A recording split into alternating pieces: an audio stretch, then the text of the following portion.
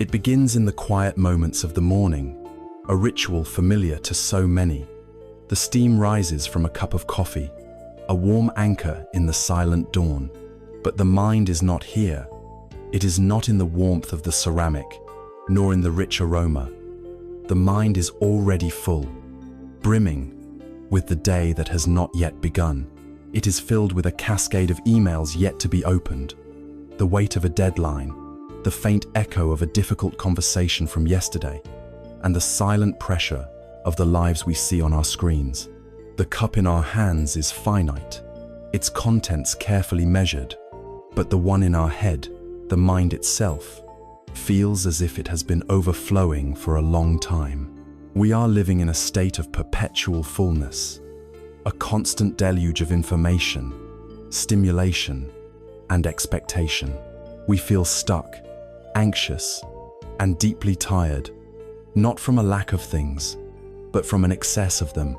Our mental space is so cluttered with thoughts, worries, and desires that there is no room left. No room for a moment of simple joy. No space for a new idea to take root. No silence for peace to be heard.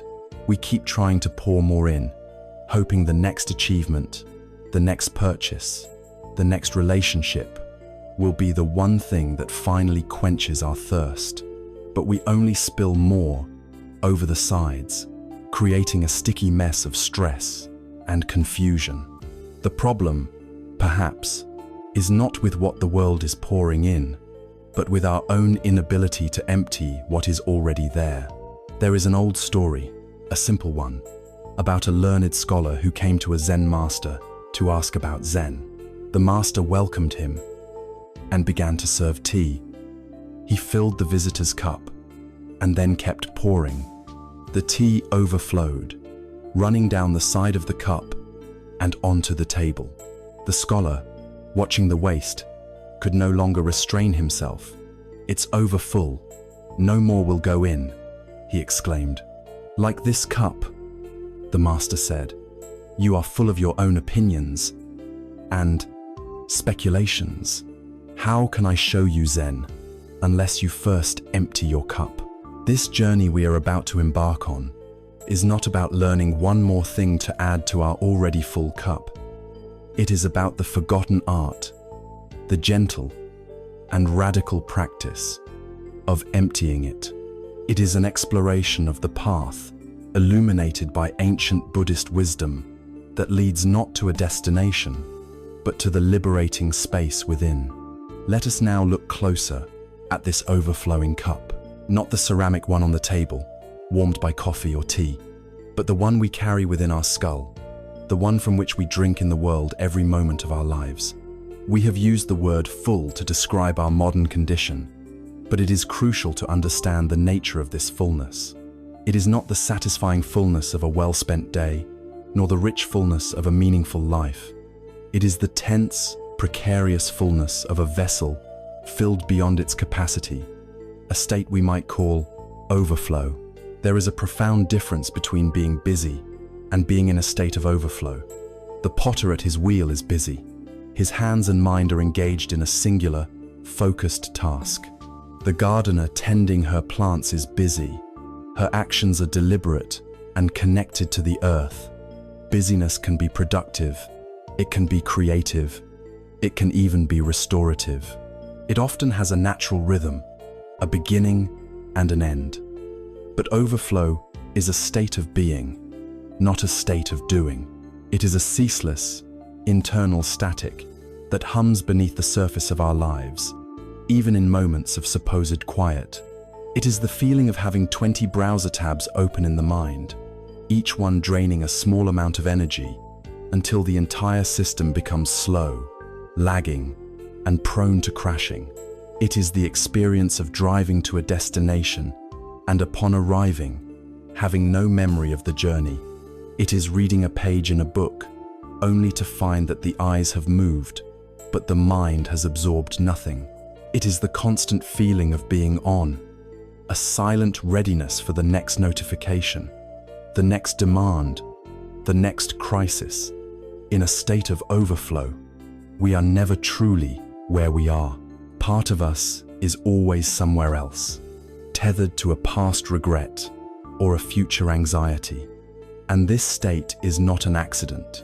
It is the product of the world we have built and the values we have been taught to worship. Consider the headwaters of this flood.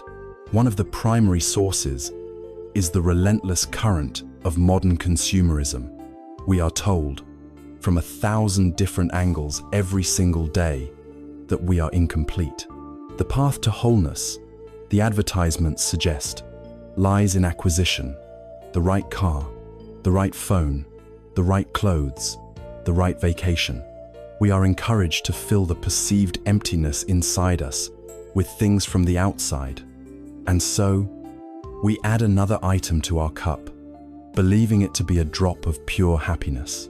For a moment, it might even feel that way, but the novelty quickly fades. The satisfaction is fleeting, and the underlying sense of lack remains. The cup is now just fuller, heavier, and the thirst is still there.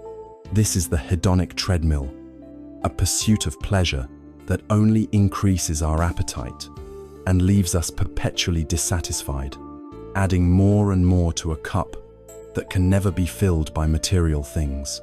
Then, there is the fire hose of social media, pointed directly at our consciousness. It is not just the volume of information, it is the nature of it. We are exposed to a constant, curated stream of other people's peak moments. The perfect family photo, the exotic travel destination, the career promotion, the flawless body. We are not just seeing lives, we are seeing performances. And in the face of this endless highlight reel, our own ordinary, unedited lives can feel painfully inadequate. A subtle poison of comparison begins to seep into our minds. We start to question our own worth, our own journey. We feel a pressure to perform as well, to curate our own identity, to project an image of success and happiness. Our cup fills with envy, with insecurity, with a frantic need for external validation in the form of likes, comments, and shares. We become performers in our own lives, rather than authentic participants, and the weight of this performance is exhausting. This ties directly to the third great source of our overflow, the crushing pressure to succeed, in a very narrowly defined way. Success, in our modern lexicon, has become almost synonymous with professional status and material wealth. We are taught to climb, to hustle, to optimize every moment for productivity. Rest is seen as a luxury, or worse, a weakness. We fill our calendars, we fill our days, we fill our minds with ambitions and goals. But we rarely stop to ask if these are our own ambitions, if this is a definition of success that truly resonates with our deepest values. We are like runners in a race, so focused on keeping up with the person ahead of us that we have forgotten why we are running at all. Our cup becomes dangerously full of other people's expectations, of societal pressures, of a relentless striving that brings no lasting peace, only the brief, hollow victory of reaching another milestone on a road we did not choose. When a mind lives in this state of constant overflow, the symptoms inevitably begin to manifest in our bodies and our behaviors. They are the warning lights on the dashboard of our being. The most common is sleeplessness. The body may be desperately tired, craving rest, but the mind refuses to be still. It churns and replays the events of the day. It rehearses the anxieties of tomorrow. The off switch seems to be broken. The overflow from the day spills into the sacred silence of the night, leaving us exhausted and ill-prepared for the new day, which will only add more to our already full cup. Another symptom is a pervasive irritability. When we are stretched to our mental and emotional limit, our capacity for patience and tolerance vanishes. There is no more bandwidth. A small inconvenience, like a traffic jam or a spilled drink, can trigger a disproportionate wave of anger or frustration. A thoughtless comment from a loved one can feel like a personal attack. This irritability is the sound of a nervous system on constant high alert, a mind so full that even a single extra drop causes it to spill over in the form of anger. Then there is the profound inability to focus, the scattered mind. We try to work on a single task, but the mind jumps to the email inbox, to a news headline, to a personal worry. We attempt to have a meaningful conversation, but we are only half listening, the other half preoccupied with our own internal monologue. This is not a personal failing. It is a symptom of fragmentation. The mind, trying to hold everything at once, can no longer settle on any one thing. It is a ship without an anchor, tossed about by the chaotic waves of its own contents. And perhaps the most painful paradox of all is the deep sense of emptiness that coexists with this fullness. How can we be so full, yet feel so hollow? It is because the cup is full of noise, not nourishment. It is full of distractions, not meaning. It is like being full from eating sand. The stomach is distended, but the body is starving of nutrients. The emptiness we feel is a profound disconnection, a disconnection from our authentic selves, from the people around us, and from the simple, tangible reality of the present moment. This brings us back to the story of the scholar and the Zen master, Nanin. Let us picture the scene more clearly. The scholar was a man of great reputation, a professor at a prestigious university. His mind was a library, filled with books on philosophy, religion, and metaphysics. He had studied Zen. He had read all the sutras. He could debate its concepts with great intellectual skill. He came to the master not as an empty vessel, but as an expert, seeking to confirm his knowledge and perhaps add one more exotic artifact to his collection. The master, Nonin, met him with silence and grace. He did not engage in a battle of wits. He simply invited him for tea. As he performed the timeless ritual, every movement was deliberate and present. He held the pot. He poured the hot water over the leaves. He waited as it steeped. Then he began to pour the tea into the professor's cup. The professor talked, explaining his own theories and understanding of Zen. The master listened, and he continued to pour. The amber liquid reached the brim of the cup, but Nanin did not stop. The tea spilled over the edge, cascading down the side of the delicate cup, pooling on the mat below. The professor, aghast at the breach of etiquette and the obvious waste, finally interrupted his own lecture. "Stop, it's full. No more can go in."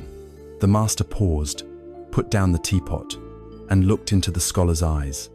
"Like this cup," he said, his voice calm and clear, "you are full of your own opinions and speculations. How can I show you Zen unless you first empty your cup?" In that moment, the master was not talking about the tea. He was holding up a mirror to the professor's mind. We are all that scholar. We come to life seeking happiness, peace, and wisdom, but our minds are already full. They are full of what we think we know, full of our anxieties about the future, our regrets about the past, our ideas about who we are, our judgments about others, our endless stream of digital distractions. We are so full of noise. There is no room for the silent truth to enter. The diagnosis of our overflowing cup is the first, most courageous step on this path. To acknowledge that we are full, to see the sources of the overflow, to recognize the symptoms in our own lives, is not a cause for despair. It is the beginning of hope. It is the moment the scholar finally stops talking and sees the overflowing tea. So, if we are to begin this process of emptying, we must first have the courage to look honestly at what is inside. We must examine the murky liquid we have been carrying for so long. And the first, most potent ingredient we will find, the one that gives flavor to all the others, is the powerful, subtle, and often bitter taste of the self, the ego. Having acknowledged our overflowing cup, we now begin the delicate process of examining its contents. As we peer into this swirling mixture of anxiety and distraction, we find that at its very center, conditioning everything else, is a single, powerful flavor. It is a taste so familiar that we often fail to notice it, mistaking it for the taste of the water itself. It is the taste of I. This is the ego. In the context of this journey, the ego is not the same as self-esteem or a healthy sense of confidence. It is something more fundamental and more subtle.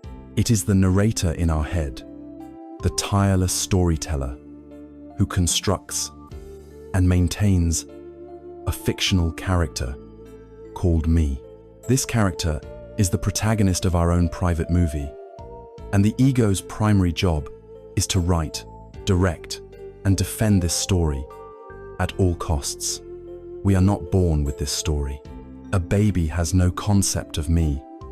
It exists in a state of pure, unfiltered experience.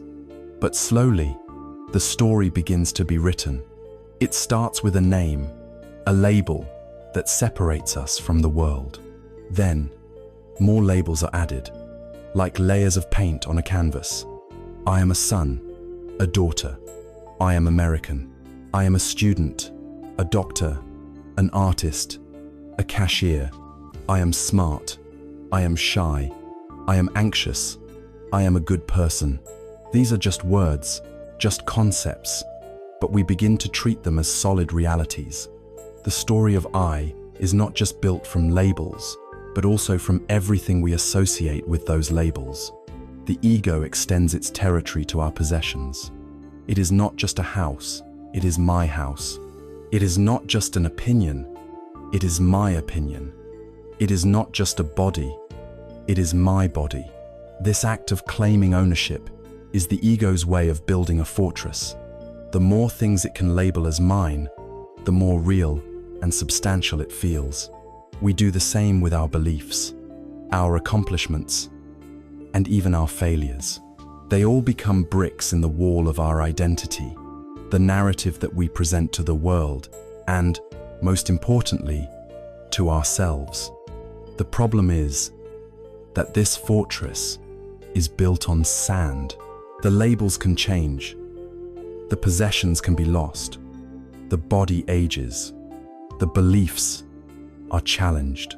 And because the ego identifies itself with these transient things, it lives in a state of constant, low-grade fear.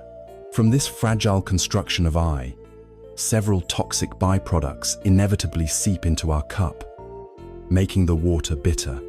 The first is comparison. As soon as the ego creates a me, it must also create a you and a them.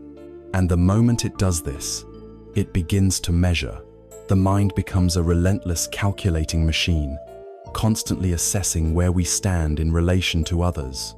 Am I smarter than them? Are they more successful than me? Is their house bigger? Is their life happier? This game of comparison has no end point and no winner. When we feel superior, it is a fleeting, hollow pride built on another's perceived lack. When we feel inferior, it poisons us with envy and self-doubt. The ego forces us to live on a perpetually tilting seesaw of up and down, never allowing us to rest on the level ground of our own intrinsic worth. The second byproduct is judgment. In order to protect its story, the ego must constantly validate its own choices and perspectives. It does this by judging everything that is different. We judge other people's lifestyles, their appearances, their beliefs. This judgment creates a sense of separation, reinforcing the ego's sense of being a distinct and correct entity. But this judgment is a double-edged sword. The harsh critic that we turn on the world is even more ruthless when turned inward. The voice of the ego is the voice of our own inner critic, the one that tells us we are not good enough, that we have failed, that we should have done better. It is a voice that thrives on shame and perfectionism, ensuring we are never at peace with who we are. And this leads to the ego's core emotion, fear, because the ego is just a story, a fragile collage of ideas and memories. It lives in perpetual fear of being exposed as a fraud. This is not a conscious fear, but a deep, existential dread that drives much of our behavior. It is the fear of failure, because failure threatens the ego's story of being competent and successful. It is the fear of criticism, because a negative comment feels like a direct attack on our very being. It is the fear of the unknown, because the ego can only operate in the realm of what it knows and what it can control.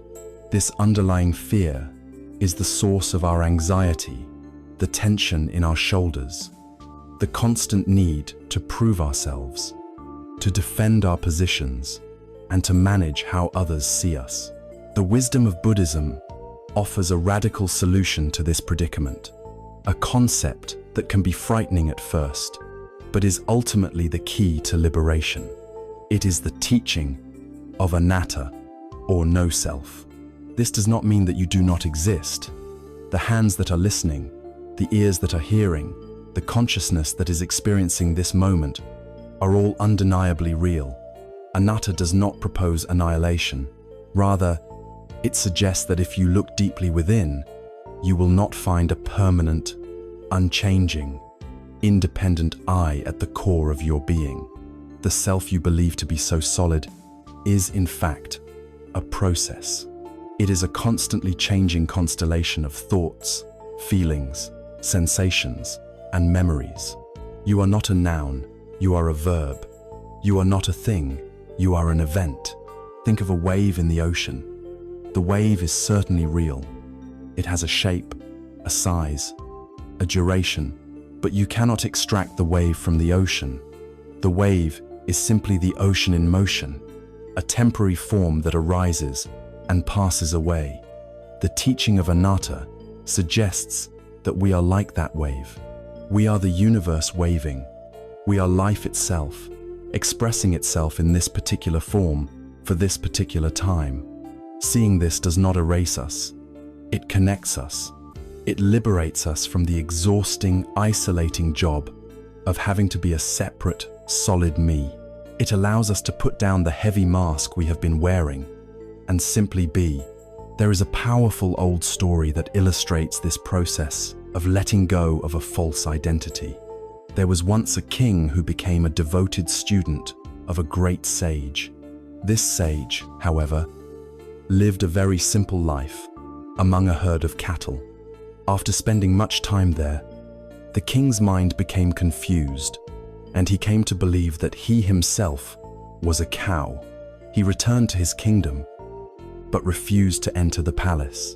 He slept in the fields, mooed at his ministers, and tried to eat grass. The entire kingdom was in despair.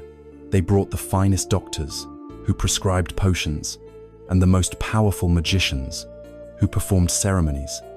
But the king remained convinced he was a cow. He would simply look at them with his big, sad eyes and moo. Finally, a wise courtier, who understood the nature of the mind, came up with a plan. He did not argue with the king. He did not try to force him back into the palace. Instead, he went out into the field, got down on his hands and knees, and began to moo and chew grass right alongside the king. The king was overjoyed. Finally, he thought, another cow who understands me. They spent several days like this.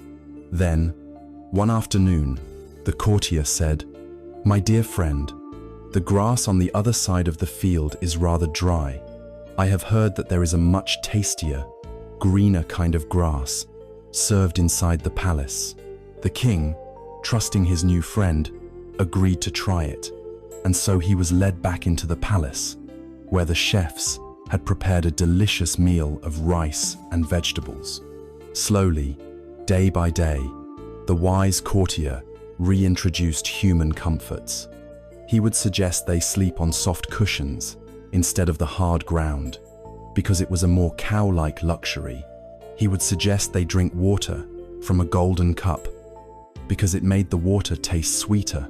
Step by step, he guided the king back to his humanity, not by shattering his delusion, but by accepting it, entering it, and gently leading him out from within.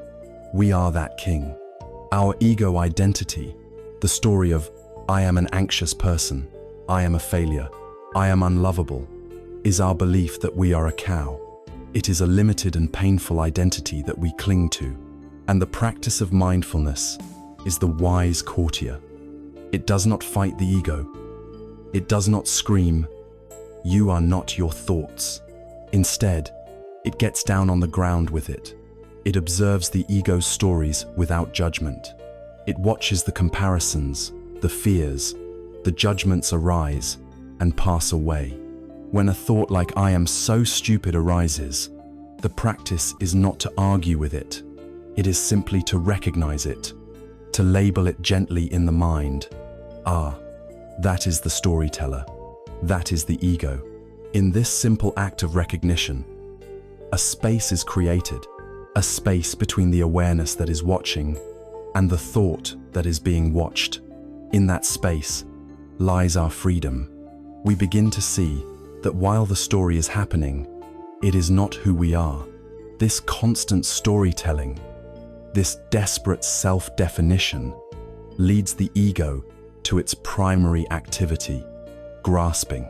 In its attempt to solidify its own existence, to make its story real, the ego reaches out and clings to everything it can. It clings to people, to possessions, to ideas, and to outcomes. It believes that by holding on tightly, it can secure its own happiness and safety. But this clinging, this desperate grasping, is like trying to hold water in a clenched fist. The tighter we squeeze, the faster it slips through our fingers. This clinging has a name in Buddhist thought. It is called attachment, and it is one of the deepest and most direct causes of our suffering. If the ego is the storyteller in our mind, then attachment is its favorite plot device. It is the action the ego takes to make its stories feel real. In the ancient Pali language, the word is upadana, which literally means fuel or clinging. It is the fuel that feeds the fires of our anxiety and dissatisfaction. It is the sticky glue that binds us to the wheel of suffering. Attachment is the process by which we take a simple preference, a simple pleasure, and turn it into a non-negotiable demand. It is the hand of the mind that reaches out and grasps, trying to hold on to a person, a possession, an idea, or an outcome, forgetting that everything in this universe is, by its nature, like flowing water, impossible to hold. This grasping, this clinging, is a central theme in the Buddha's first teaching on the Four Noble Truths. He identified it as the direct cause of dukkha, the profound and pervasive sense of unease and suffering that characterizes so much of our lives. To understand the path to peace, we must first understand the nature of this glue. It is absolutely crucial, from the very beginning, to distinguish attachment from love. This is a source of great confusion. We often think that the intensity of our clinging is a measure of the intensity of our love. In truth, love and attachment are opposing forces. Love is expansive. It is a state of open-handed well-wishing. It is the genuine desire for another's happiness, freedom, and well-being, independent of what that means for us. Love says, "I wish for you to be happy." It is like holding a beautiful butterfly in the palm of your hand. Your palm is open. The butterfly is free to stay, and it is free to fly away. The joy is in its presence, in marveling at its beauty, not in its possession. Attachment, on the other hand, is contractive. It is rooted in the ego's fear and insecurity. It is a clenched fist. Attachment says, I need you to be happy, but in a way that includes me and validates my story. It says, I need you to be a certain way, to never change, to meet my expectations, so that I can feel secure. When we feel anxiety that a loved one might leave us, that is not love, that is attachment. When we feel possessive or jealous, that is not love, that is attachment. When we try to control our children's lives so they fulfill our own unrealized dreams, that is not love. That is the ego's attachment to a particular outcome. Love liberates. Attachment imprisons not only the other person, but ourselves. This attachment to outcomes is perhaps the most common and potent source of our daily anxiety. Most of us walk through life with a detailed script in our heads, a script for how our day, our career, our relationships, and our life should unfold. We are deeply attached to this script. We have a clear vision of getting the promotion, of the project being a wild success, of the vacation being 2 weeks of uninterrupted sunshine and bliss, of the difficult conversation going exactly as we rehearsed it in the shower, the constant, nagging worry that we feel. That low-grade hum of anxiety is the friction between our rigid script and the fluid, unpredictable nature of reality. We are anxious because we are attached to a future that does not yet exist and may never exist in the form we imagine. Then, when reality inevitably deviates from our plan, we suffer. The project gets a mediocre response. It rains for half the vacation. The conversation becomes messy and emotional. The suffering we feel does not come from the event itself. A rainy day is just a rainy day. A project's failure is just a set of results. The pain comes from the violence of reality crashing against our inflexible attachment to a different outcome. The event is neutral. Our attachment is what turns it into a tragedy. The more tightly we cling to our script, the more painful the collision with reality will be. Our attachments are not only directed toward the future, they are also firmly rooted in the past. The mind becomes a museum curator, carefully preserving and displaying moments from our history. Sometimes we are attached to past glories. We cling to a time when we were younger, more successful, or happier, and this attachment to a golden past makes the present moment seem dull and faded by comparison. We try to relive these moments in our minds, which prevents us from creating new ones. More often, however, we are attached to our past hurts. We become curators of our own grievances. We create a whole wing of the museum dedicated to our wounds, our resentments, the times we were wronged. We walk through this wing every day, polishing the displays, reliving the pain, keeping the stories sharp and clear in our minds. The ego loves a grievance story. It provides a powerful and coherent identity, the identity of a victim. To let go of an old hurt can feel terrifying because the story of that hurt has become a part of who we think we are. We are attached to our own suffering because it feels familiar and solid. This brings us to a vital clarification.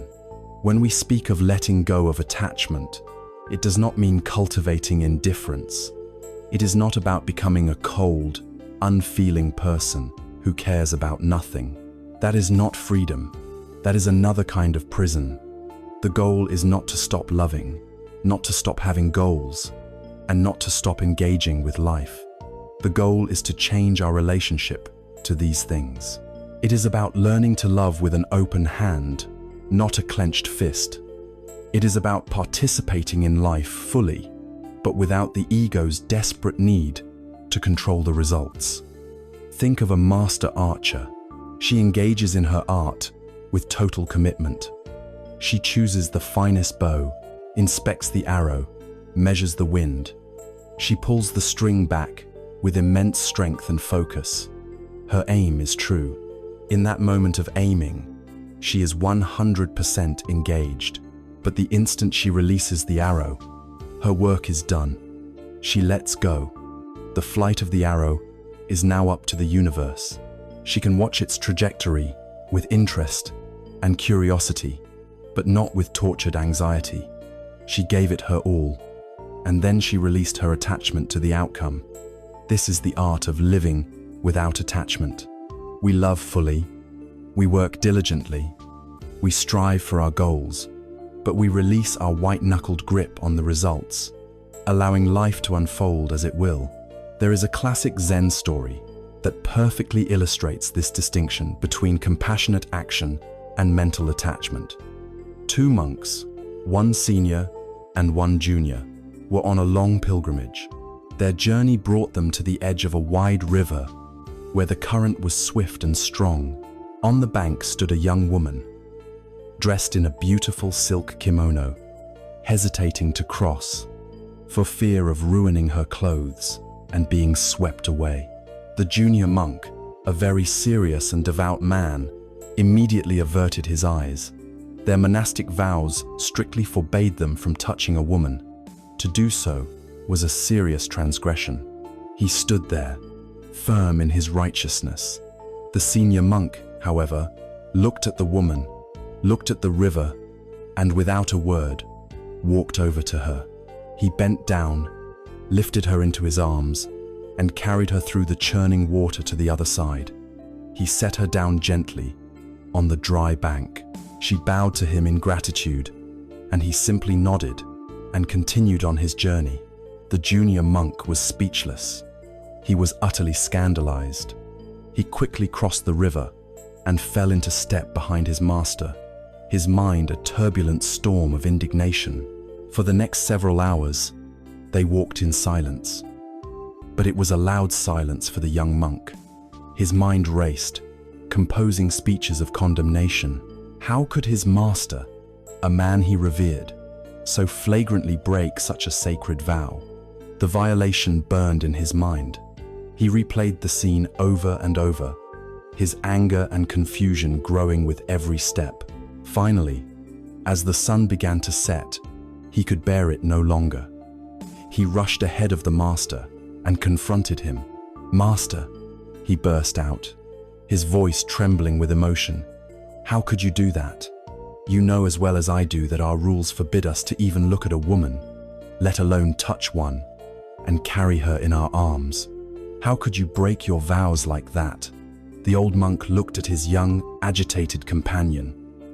His eyes were not angry or defensive, but were full of a deep, peaceful compassion. He waited a moment, letting the young monk's emotional storm pass. Then he replied, his voice soft and clear, "I left that woman by the river hours ago. Are you still carrying her?" This story reveals the heart of attachment. The senior monk performed an act of pure, selfless compassion in the present moment. He saw a being in need, and he acted. The action was clean, and once it was finished, it was finished. He did not cling to it. He was not attached to the memory, the good deed, or the woman. He set her down and walked on, his mind as clear and unburdened as it was before. The junior monk, on the other hand, is a perfect image of the attached mind. He did not touch the woman, but he carried her in his mind for miles and miles. He was not attached to the woman herself, but to his rigid ideas, his judgments, his story of what is right and wrong. He was carrying the heavy burden of his own concepts.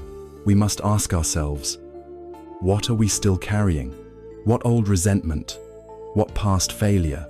What rigid belief about ourselves or the world are we still lugging around long after we should have set it down by the river?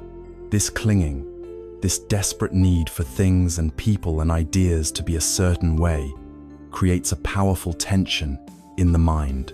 It pulls us in two opposing directions. On one side, there is the intense desire, the craving for the object of our attachment. On the other, there is the equally intense aversion, the hatred and fear of losing it or not getting it. These twin forces, craving and aversion, are the very engine of our restlessness, the steam that keeps the water in our cup perpetually agitated and hot. We have seen how attachment, the ego's desperate clinging, fills our cup with the bitter liquid of suffering. Now, we must examine the engine that drives this clinging. If our mind is the overflowing cup, and attachment is the hand that squeezes it, then the energy powering that hand comes from two primal, opposing forces. They churn within us, creating the heated steam that clouds our vision and keeps the water in a state of constant agitation. These forces are craving and aversion. In the Pali language, they are known as tana, the thirst for what is pleasant, and dosa, the push against what is unpleasant. They are the two poles of a magnet, and our mind is the iron filing, helplessly pulled and pushed between them. This relentless dance of wanting and not wanting is the very essence of our restlessness.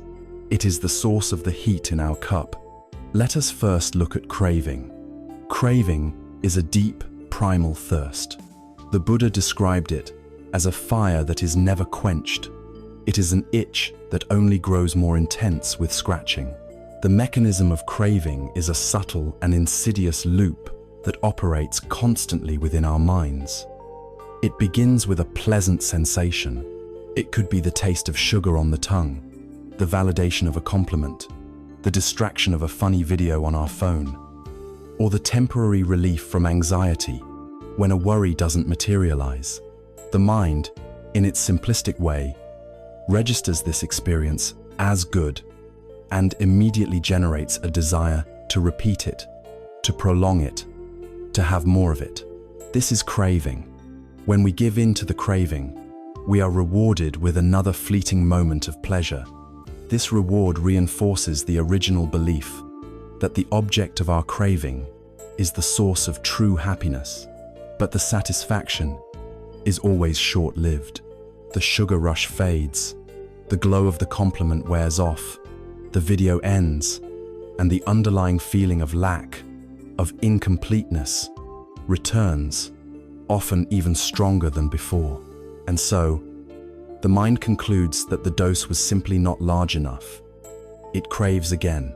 This is the endless cycle of seeking, the fundamental dissatisfaction that keeps us scrolling, binge-watching, shopping, and pursuing, always believing that the next thing will be the one that finally fills the hole, when in fact, it only makes the hole deeper. It is a perpetual state of what's next, which by its very definition, prevents us from ever being fully content with what is. On the other side of this coin is aversion, the equal and opposite force. If craving is the magnet pulling us toward what we like, aversion is the same magnet, flipped, aggressively pushing away whatever we dislike. It is a fundamental no to reality. It is the rejection of any experience that is painful, uncomfortable, or threatening to the ego's story. Aversion manifests in many forms, from the explosive rage of a driver in traffic to the subtle irritation at a partner's annoying habit. It is resentment, jealousy, prejudice, and worry. It is the internal contraction we feel when we are criticized, the tightening in the chest when we think about a dreaded task. While craving is an endless chase, aversion is an endless fight. It is a war waged against reality, a war that we can never win, and one that only harms ourselves. There is a saying that encapsulates this truth perfectly. Holding on to anger is like grasping a hot coal with the intent of throwing it at someone else. You are the one who gets burned. The person you resent may be sleeping soundly, completely unaware of your feelings. Meanwhile, you lie awake, replaying the argument, stewing in the toxic poison of your own negativity, burning your own mind and body. To make this practical, we must learn to recognize the subtle, everyday manifestations of these powerful forces. They are not always dramatic. Craving is not just the addict's desperate need. It is the almost unconscious urge to pull out your phone the second you feel a flicker of boredom in the checkout line. It is the subtle impatience you feel for a friend to finish their story so that you can tell yours. It is the pervasive wanting for other people to see you in a particular light, the craving to be seen as smart, or successful, or interesting. It is the fierce desire to be right in an argument, a craving that often outweighs the desire for truth or connection. Aversion is not just violent hatred. It is the slight tightening in your jaw when someone expresses a political view you disagree with. It is the mental eye roll you give a colleague. It is the procrastination you engage in, which is simply an aversion to the anticipated discomfort of a challenging task. It is the anxiety you feel about the future, which is a powerful aversion to the uncertainty of what is to come. At its core, any mental movement that says, "I need that to be happy," is craving. And any mental movement that says, "I can't stand this, get it away from me," is aversion. The Buddha offered a profound parable to illustrate how we compound our own suffering through these reactions. He asked his students, "If a person is struck by an arrow, is it painful?" The students, of course, replied, "Yes, Blessed One, it is painful." The Buddha then asked, "And if that person is then struck by a second arrow, right in the same spot, is that even more painful?" The students replied, "Yes, Blessed One, that would be exceedingly painful." The Buddha then explained the meaning. In life, he said, we cannot always avoid the first arrow. The first arrow is the unavoidable pain of existence. It is sickness, injury, and growing old. It is the loss of a loved one. It is the pain of being misunderstood or treated unfairly. It is the 1,000 natural shocks that flesh is heir to. These first arrows are a part of reality. They are not optional. No amount of positive thinking or careful planning can make us immune to them. But the second arrow, he continued, looking at his students, is the one we shoot at ourselves. The second arrow is our reaction to the first. It is the arrow of aversion, of resistance, of mental proliferation. It is the story we tell ourselves about the pain. After the first arrow of a painful headache strikes, the second arrow is the thought, "This is ruining my day.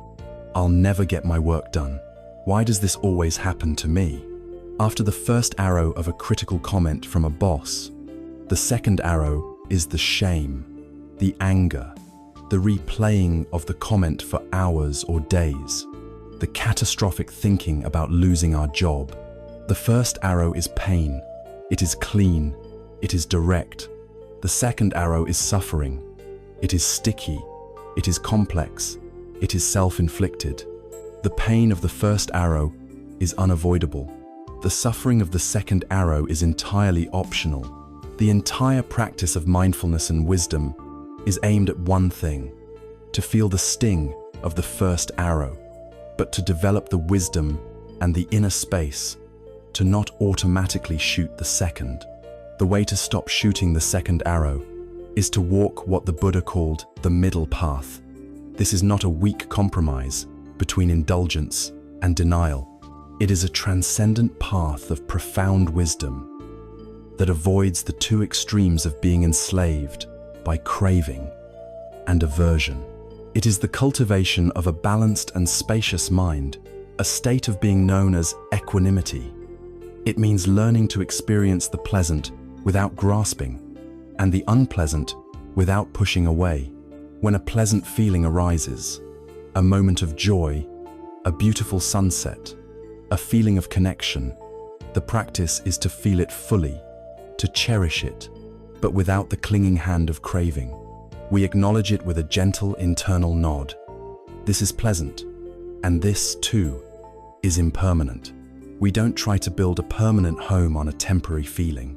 When an unpleasant feeling arises, a difficult emotion, a physical pain, a moment of failure, the practice is not to immediately distract ourselves or fight it. Instead, We turn towards it with a courageous and gentle curiosity.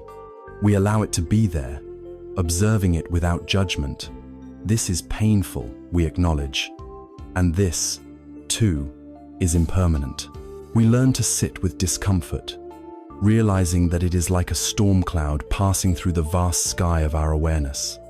By not resisting it, we rob it of its power. We stop feeding it with the energy of our aversion. This constant, exhausting cycle of pulling things toward us and pushing things away is the engine of our discontent. It is what keeps our cup hot and agitated. But we must ask, why are we so deeply invested in this frantic game?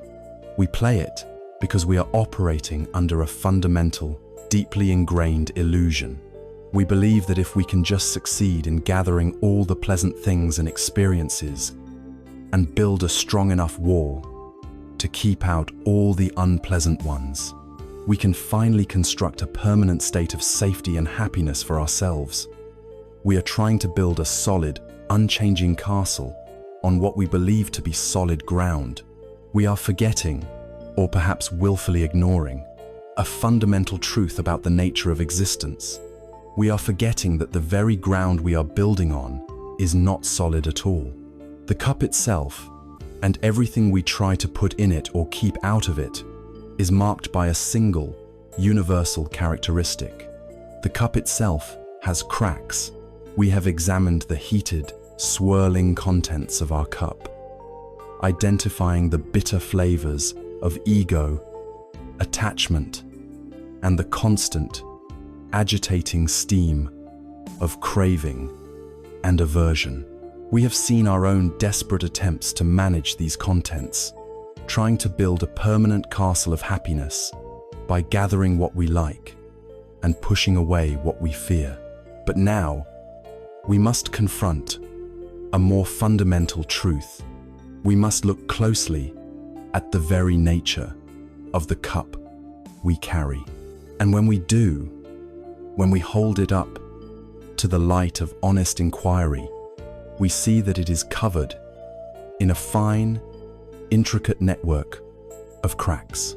This is the mark of anicca, the universal, inescapable, and ultimately, the most liberating truth of our existence, the truth of impermanence. Everything changes, nothing lasts.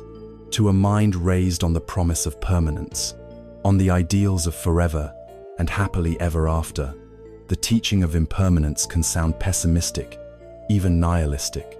We instinctively associate it with decay, loss, and death.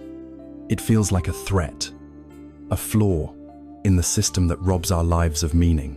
But this is a profound misunderstanding. The wisdom traditions of the East invite us to see this truth not as a curse, but as a blessing. Impermanence is not what makes life tragic. It is what makes life possible. If things were permanent, a wound could never heal. A mistake could never be corrected. A moment of despair could never give way to joy. A child could never grow. The world would be frozen, static, and dead. Change is not a flaw in the system. It is the system. The suffering we experience comes not from the fact that things change, but from our insistent, futile demand that they stay the same. Freedom, then, lies not in fighting the current of reality, but in learning to swim with it, to align ourselves with the universal flow of arising and passing away. We do not need to look far to become intimate with this truth. Our most constant companion is our greatest teacher of impermanence, our own breath. Bring your attention to it for just a moment. An in-breath is born. It lives for a few seconds, and then it dissolves, making space for the out-breath. You cannot hold on to the in-breath and still live. Life itself depends on the rhythmic act of letting go of each breath to make room for the next. This is anicca in its most vital form. Now, consider your thoughts and feelings. Think of a strong emotion you felt yesterday, or even an hour ago. A surge of anger, a wave of sadness, a flicker of joy. Where is it now? It arose in the mind. It seemed all-consuming for a time. And then, like a cloud drifting across the sky, it passed. Thoughts are even more ephemeral. Thousands of them bubbling up and vanishing every day. When we begin to observe this inner weather pattern, we stop identifying so strongly with each cloud. We realize that we are not the cloud, we are not the storm. We are the vast open sky in which all of this weather takes place. This realization creates a profound space, a freedom from being hijacked by every passing mental state. This deep understanding of impermanence is the ultimate antidote to the clinging of attachment. Why would we grip something with a white-knuckled fist when we know that its very nature is to change, to flow, to transform? It is like trying to build a dam in the middle of a great river with our bare hands. It is an exhausting and impossible task. When we truly accept impermanence, our grip naturally softens. We can still love people. We can still appreciate beauty. We can still enjoy our experiences, but we do so with a lighter touch. We appreciate the flower more, knowing it will soon wilt. We cherish the conversation more, knowing it will end. We love more freely, knowing that everything is a temporary gift. This understanding also provides a compassionate path through the inevitable pain of loss. When we lose something or someone dear to us, the first arrow of pain is sharp and real, but so much of the prolonged suffering, the second arrow we shoot at ourselves, comes from our internal war with reality, from the belief that this should not have happened.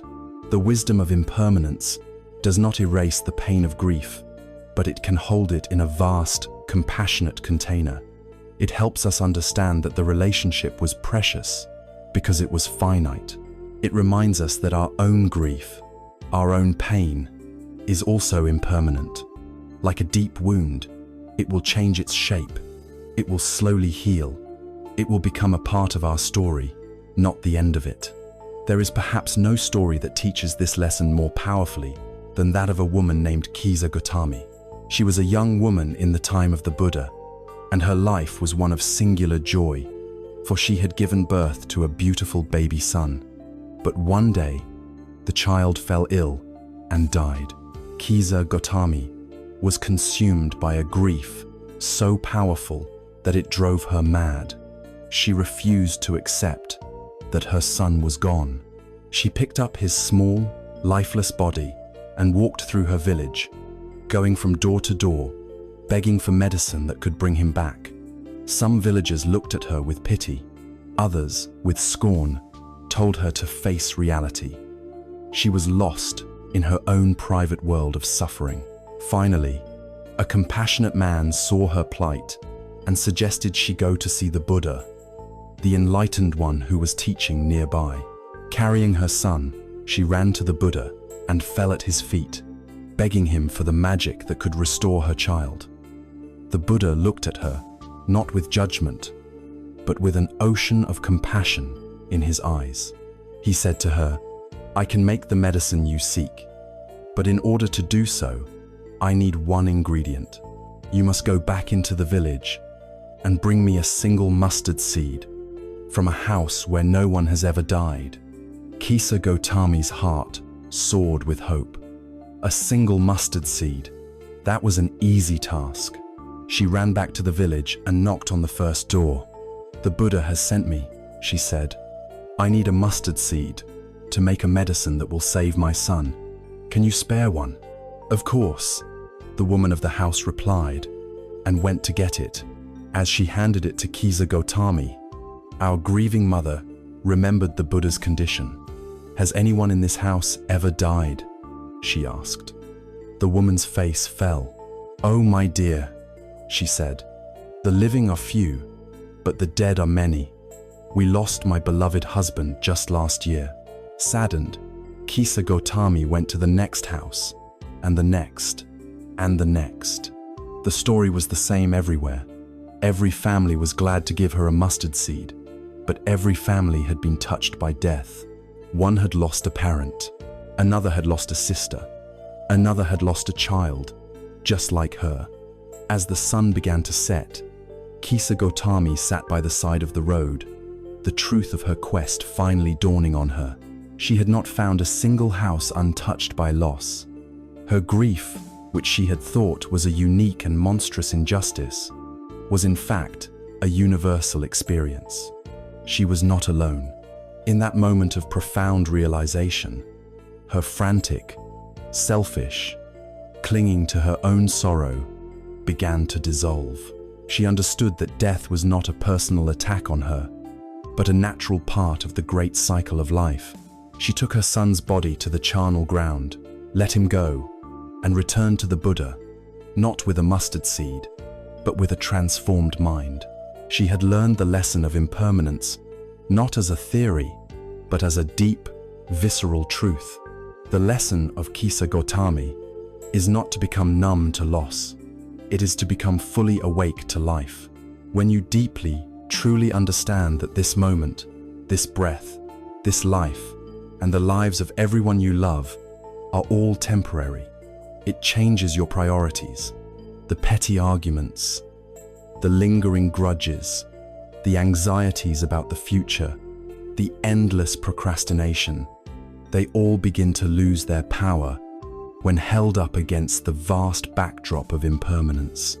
The only sane and rational response to the truth of anicca is to be fully present for your life, to engage with your work, your family, your world, with your whole being, to honor the fleeting gift of this moment by actually showing up for it.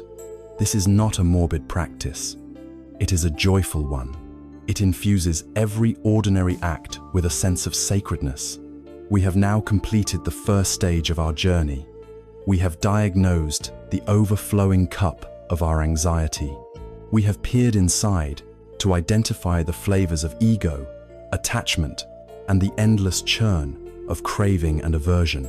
And we have examined the cup itself, seeing the cracks of impermanence that mark all of existence.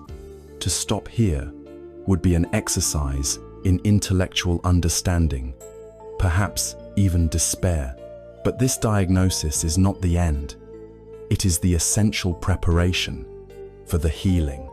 Now that we understand the nature of the problem with clarity, we can turn our attention to the solution.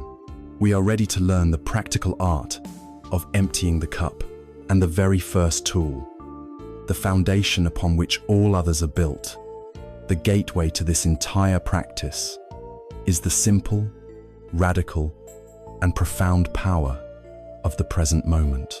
Having confronted the profound and unsettling truth of impermanence, we might feel as if we are standing on shifting ground. If everything is in flux, if the cup itself is cracked and nothing lasts, where can we possibly find stability? Where can we stand? The answer, in its beautiful and radical simplicity, is the cornerstone of this entire path of practice. The stable ground is not in the past, for that is a landscape of ghosts and memories. It is not in the future, for that is a realm of fantasy and projection. The only ground that is ever truly available to us, the only time we are ever truly alive, is right now, the present moment.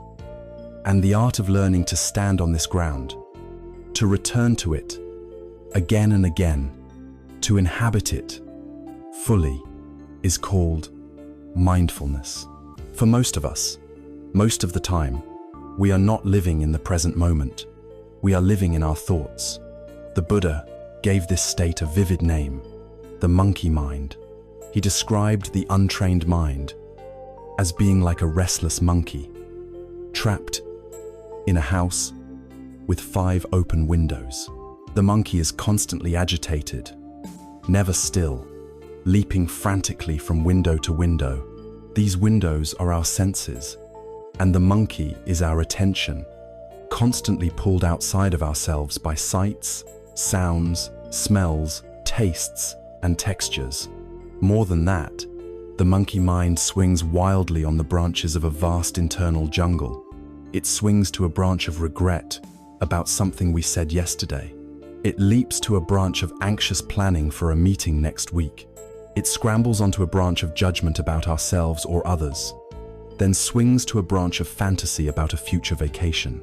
This is our default state, living our lives in the mind's chaotic jungle, lost in thought, while our actual lives, the rich, sensory reality of the present, passes by unnoticed. The practice of mindfulness is not about killing the monkey or cutting down the tree. That would be an act of violence, and it would not work. The practice is far more gentle. It is the art of taming the monkey. It is the patient process of noticing where the monkey has swung to, and gently, without scolding or judgment, inviting it back to this one branch, the branch of the present moment. The first 1,000 times we do this, the monkey will immediately leap away again. But with patient repetition, we begin to strengthen the muscle of attention. We are training the mind to come home. It is vital to understand the difference between thinking about the present and actually being in the present. We can easily fool ourselves here. For instance, you might be washing the dishes, and you remember you are supposed to be mindful, so you begin a narration in your head. Okay, I am being mindful now. I am feeling the warm water on my hands. I am washing this plate. This is a very Zen activity. This is still the voice of the ego, the narrator, thinking about the experience. It is a step in the right direction, certainly better than being lost in worry. But it is not the heart of the practice. To be in the present is to drop the commentary. It is to collapse the distance between you and the experience. It is to simply feel the warmth of the water, without the label warm. It is to hear the clinking of the plates, without the story about it. It is to move from the abstract world of your head into the direct, vivid, sensory reality of your body. It is a state of non-conceptual awareness, a state of being, not a state of thinking about being. The beauty of mindfulness is that it does not require a special time, a special place, or any special equipment. Life itself becomes our meditation cushion. We can practice anywhere by bringing a gentle, curious attention to the ordinary activities of our day. We can practice mindful eating. Instead of consuming a meal while watching a screen or lost in thought, we can take just the first 3 bites with our full attention. We can notice the colors and textures of the food. We can smell its aroma. As we take a bite, we can notice the sensation of chewing, the flavors exploding on the tongue. We are not just eating, we are fully receiving the nourishment that the earth has provided. We can practice mindful walking, whether it is walking to your car or taking a stroll in a park. You can bring your attention to the physical sensations of movement. Feel the solid ground beneath your feet. Notice the subtle shifting of weight from one leg to the other. Feel the air on your skin. You can walk without a destination in your mind, with the sole purpose of simply being present with the act of walking itself. We can also practice mindful listening. When you are in conversation with another person, give them the precious gift of your full presence. This means you are not formulating your reply while they are still speaking. You are not judging their words or waiting for your turn. You are simply open, receiving their communication, listening not just to their words, but to the feeling behind them. This practice can transform our relationships. When we practice in this way, we discover a profound truth. The present moment is a refuge. It is the only place we can find true safety from the turmoil of our own minds. I ask you, right now, in this exact moment, as you are hearing these words, is there a problem? If you check in with the direct, sensory experience of this instant, the feeling of your body sitting, the sound of my voice, the temperature of the air, you will almost certainly find that in this precise moment, You are okay. The problems that torment us do not live here. Regret, guilt, and resentment live exclusively in the past. Anxiety, worry, and fear live exclusively in the future. They are ghosts. They are phantoms constructed entirely of thought. They cannot survive the bright light of present moment awareness. Therefore, when you feel overwhelmed by anxiety about something that might happen tomorrow, the practice is to gently guide your mind home. Home to the feeling of your feet on the floor. Home to the sensation of the breath entering and leaving your body. This return, this simple act of coming home again and again, is the most powerful tool we have. It is the beginning of emptying our cup. There is a powerful Zen story that illustrates this truth with breathtaking clarity. A man was walking through the mountains when he came upon a pair of ferocious tigers. They roared and began to chase him. He ran for his life, his heart pounding, and came to the edge of a great cliff. His only hope for escape was a thick vine hanging down the cliff face. He grabbed the vine and began to scramble down. As he hung there, suspended between life and death, he looked up and saw the two tigers snarling at him from the edge above. He looked down and saw two more tigers on the ground below, looking up and licking their chops. He was completely trapped. As he was taking in this terrifying reality, he noticed two small mice, one white and one black, had emerged from a crack in the cliff. They began to systematically gnaw away at the very vine he was clinging to. He saw that his life was now hanging by a thread that was getting thinner by the second. At that precise moment, in the midst of this ultimate peril, he saw something else. Growing from a tiny ledge just within his reach was a single wild strawberry. It was plump, red, and perfect. Reaching out with his one free hand, he plucked the strawberry, put it in his mouth, and savored it. How sweet it tasted. This story is a perfect metaphor for our human condition. The tigers above are the past, our unresolved issues, our regrets, always chasing us.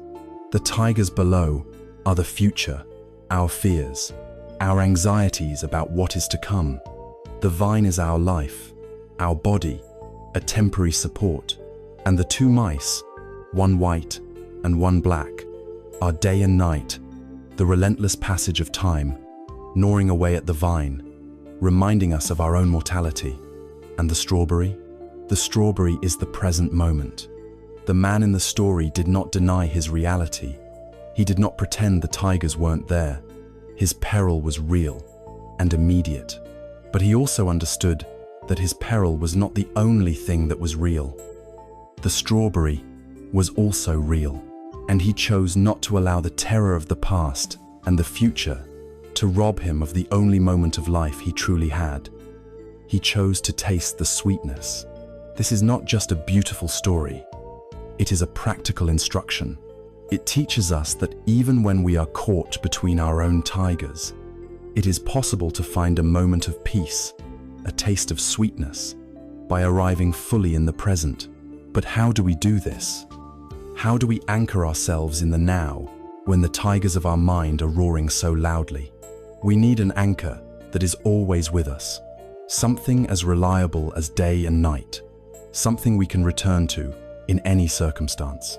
That anchor is the most intimate, constant, and overlooked process of our own body. It is our breath. We have discovered the strawberry, that sweet taste of the present moment, a refuge from the tigers of our past and future. But in the midst of life's storms, we need more than a fleeting taste. We need an anchor, something to hold us steady when the winds of the mind begin to howl. That anchor, as we have seen, is the breath. The practice of using this anchor is one of the oldest, most direct, and most profound forms of meditation taught by the Buddha himself. It is called anapanasati. This ancient word from the Pali language sounds exotic, but its meaning is beautifully simple. Ana means in-breath, apana means out-breath, and sati means mindfulness. It is, quite simply, mindfulness of breathing. This is not a mysterious or complex technique requiring years of study. It is the simple, radical act of paying intimate attention to the life force that has sustained you from the moment of your birth until this very instant. Why the breath? Of all the things we could pay attention to, why is this so central? The breath is the perfect object for meditation for several profound reasons. First, it is always with us. You do not need to go to a special place or acquire any special object to find it. From the most mundane moments to the most dramatic, the breath is a constant companion. Second, the breath is always in the present. You cannot take a breath that is in the past. You cannot take a breath that is in the future. To feel your breath is, by definition, to be grounded in the raw, physiological reality of the now. It is an immediate and infallible portal out of the phantom worlds of memory and projection. Furthermore, the breath is an honest mirror of our inner state. When we are anxious or angry, our breath becomes shallow, rapid, and constricted. When we are calm and relaxed, the breath naturally becomes slow, deep, and smooth. By simply observing the breath, we get a direct, real-time diagnostic of our own mind. And most powerfully, the relationship works both ways. By bringing a gentle, non-judgmental awareness to the breath, it naturally begins to calm and deepen. This, in turn, sends a powerful signal to our nervous system that we are safe, that we can relax. The simple act of observation becomes an act of healing. The technique itself is one of sublime simplicity. It is an exercise in letting go of control. Let us try it for just a moment. Find a comfortable posture. You can sit in a chair with your feet flat on the floor and your spine upright but not rigid, or you can sit on a cushion on the ground. The posture is not about looking spiritual. It is about creating a state of relaxed alertness. Allow your hands to rest in your lap and let your eyes gently close, or if you prefer, rest your gaze softly on a spot on the floor a few feet in front of you.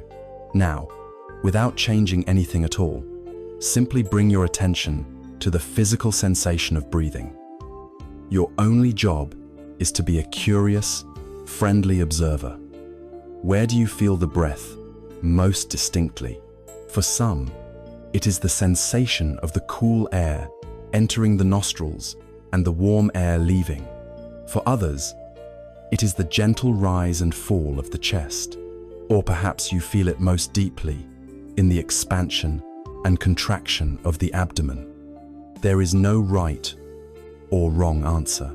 Just choose one of these spots and allow your attention to rest there. Like a gatekeeper, simply noticing the rhythm of people coming and going. The Buddha's own instructions on this practice were a model of clarity. He said, breathing in a long breath, one knows. I am breathing in a long breath. Breathing out, a long breath, one knows. I am breathing out a long breath. Breathing in a short breath, one knows. I am breathing in a short breath. Breathing out a short breath, one knows. I am breathing out a short breath, one thick. That is the core of the instruction.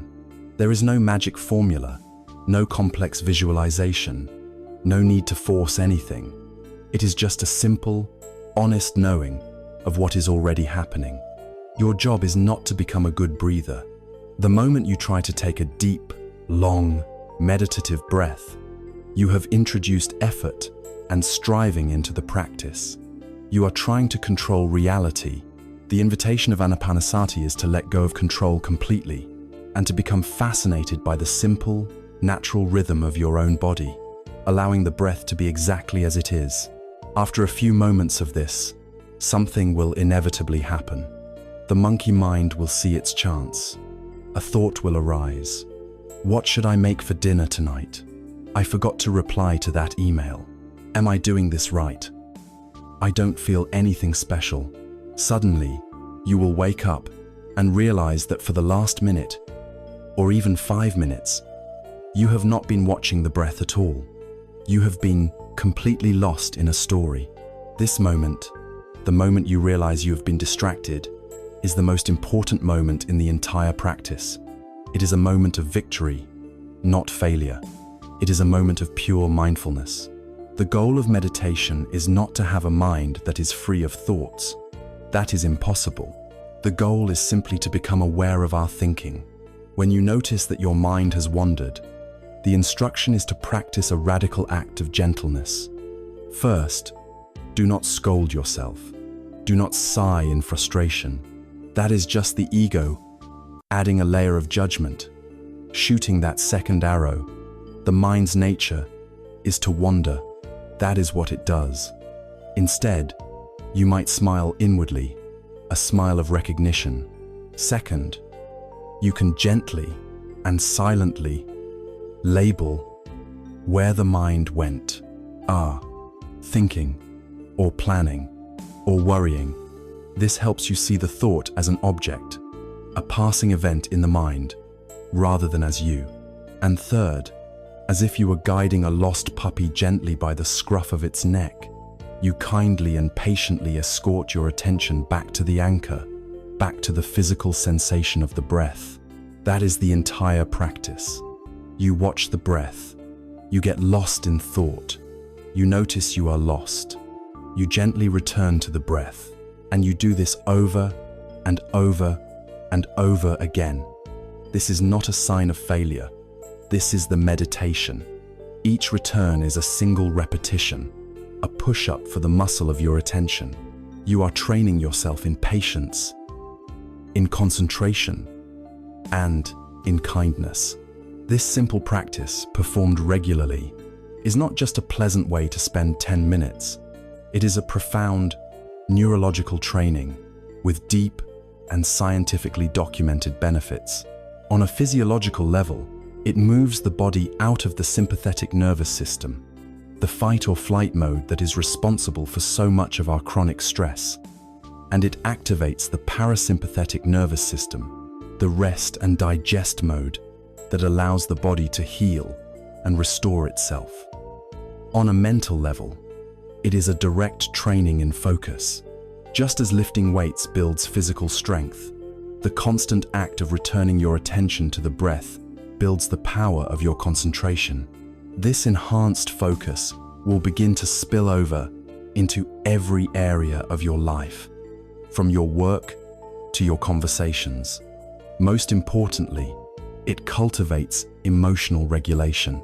By repeatedly observing your thoughts and feelings as they arise and pass away like clouds, you stop being so identified with them.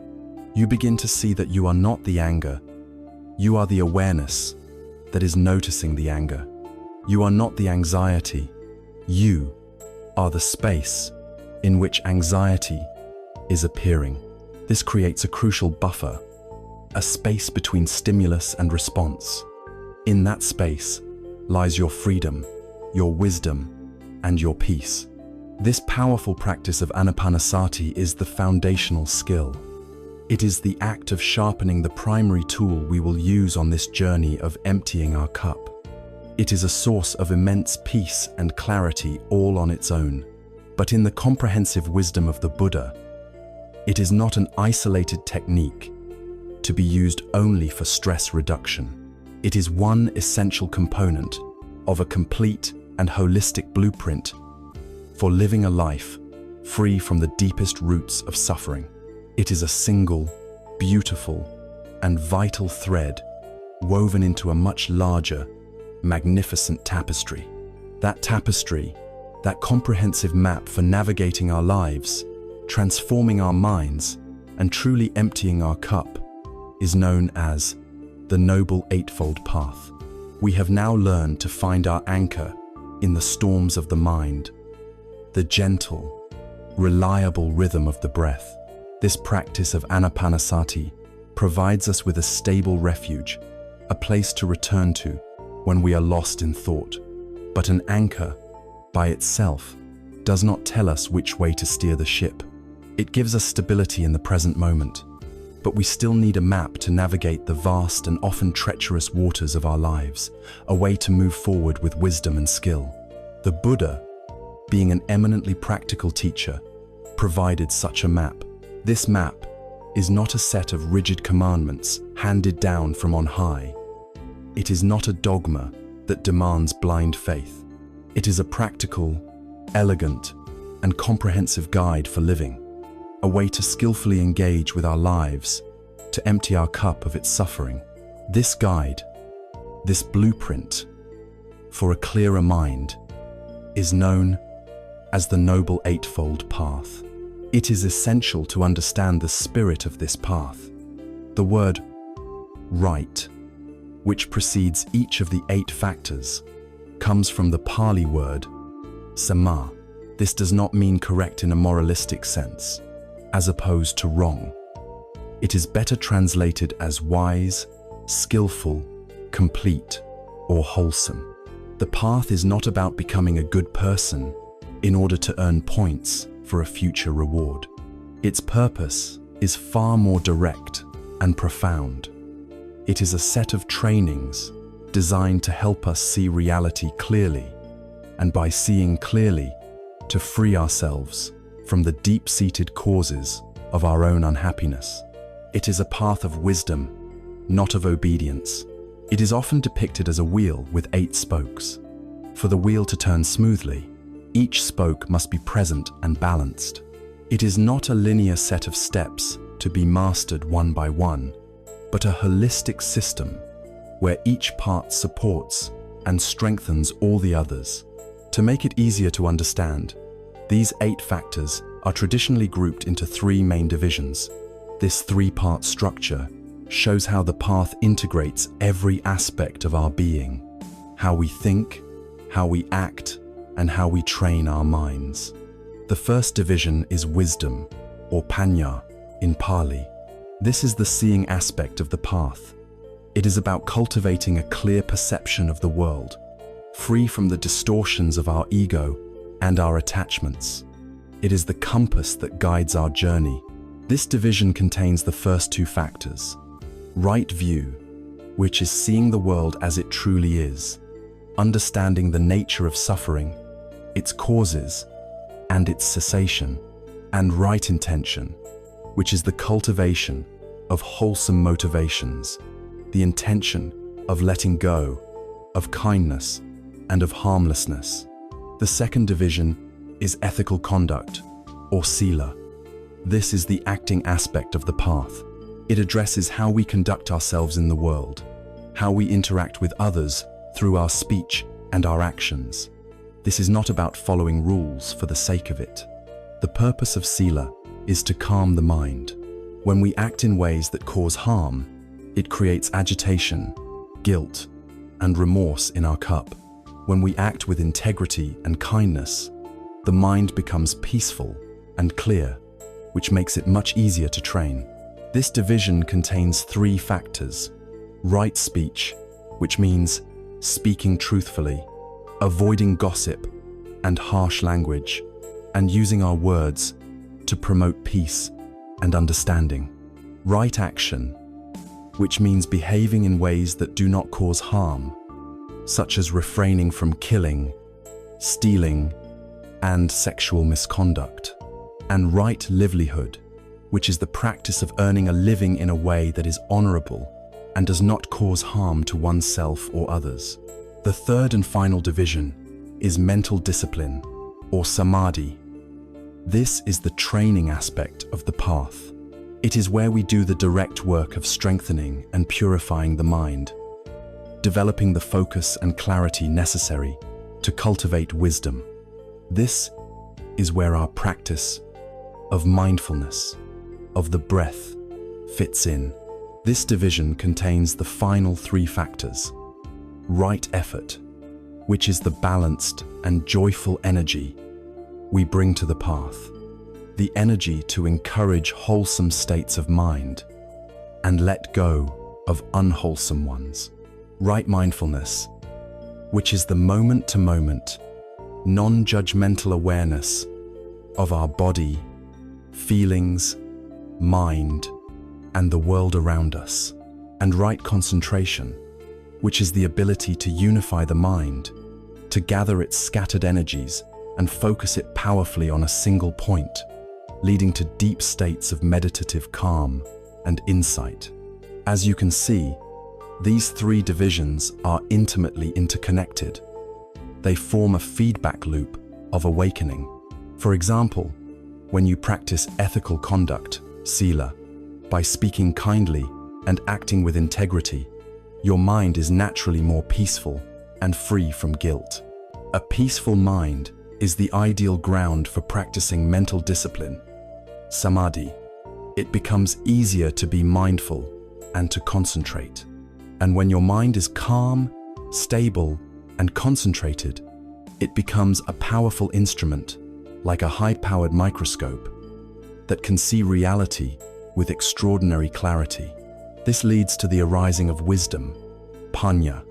You begin to see for yourself the truth of impermanence and the nature of your own mind. And this profound wisdom, in turn, naturally informs your conduct. You act ethically, not because you are supposed to, but because you see clearly that harmful actions lead to suffering for everyone. The path becomes less of a struggle and more of a natural expression of your growing clarity. But we must ask, what is the ultimate point of this path? Is the goal to become a perfect person who can recite all the teachings and follow all the rules flawlessly? Is it to gain some kind of spiritual status? The Buddha told a famous parable that addresses this question directly, revealing the deeply pragmatic and unsentimental nature of his teaching.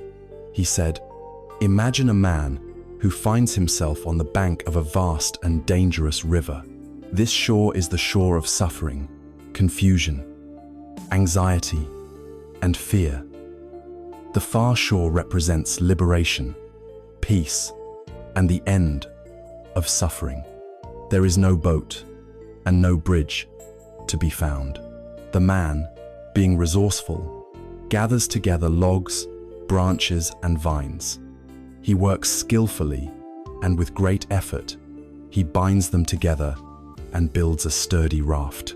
Then, using the raft, he paddles with all his might across the dangerous water, and he safely reaches the far shore." The Buddha then asked his followers a question. Now that this man has safely reached the far shore, what should he do with the raft?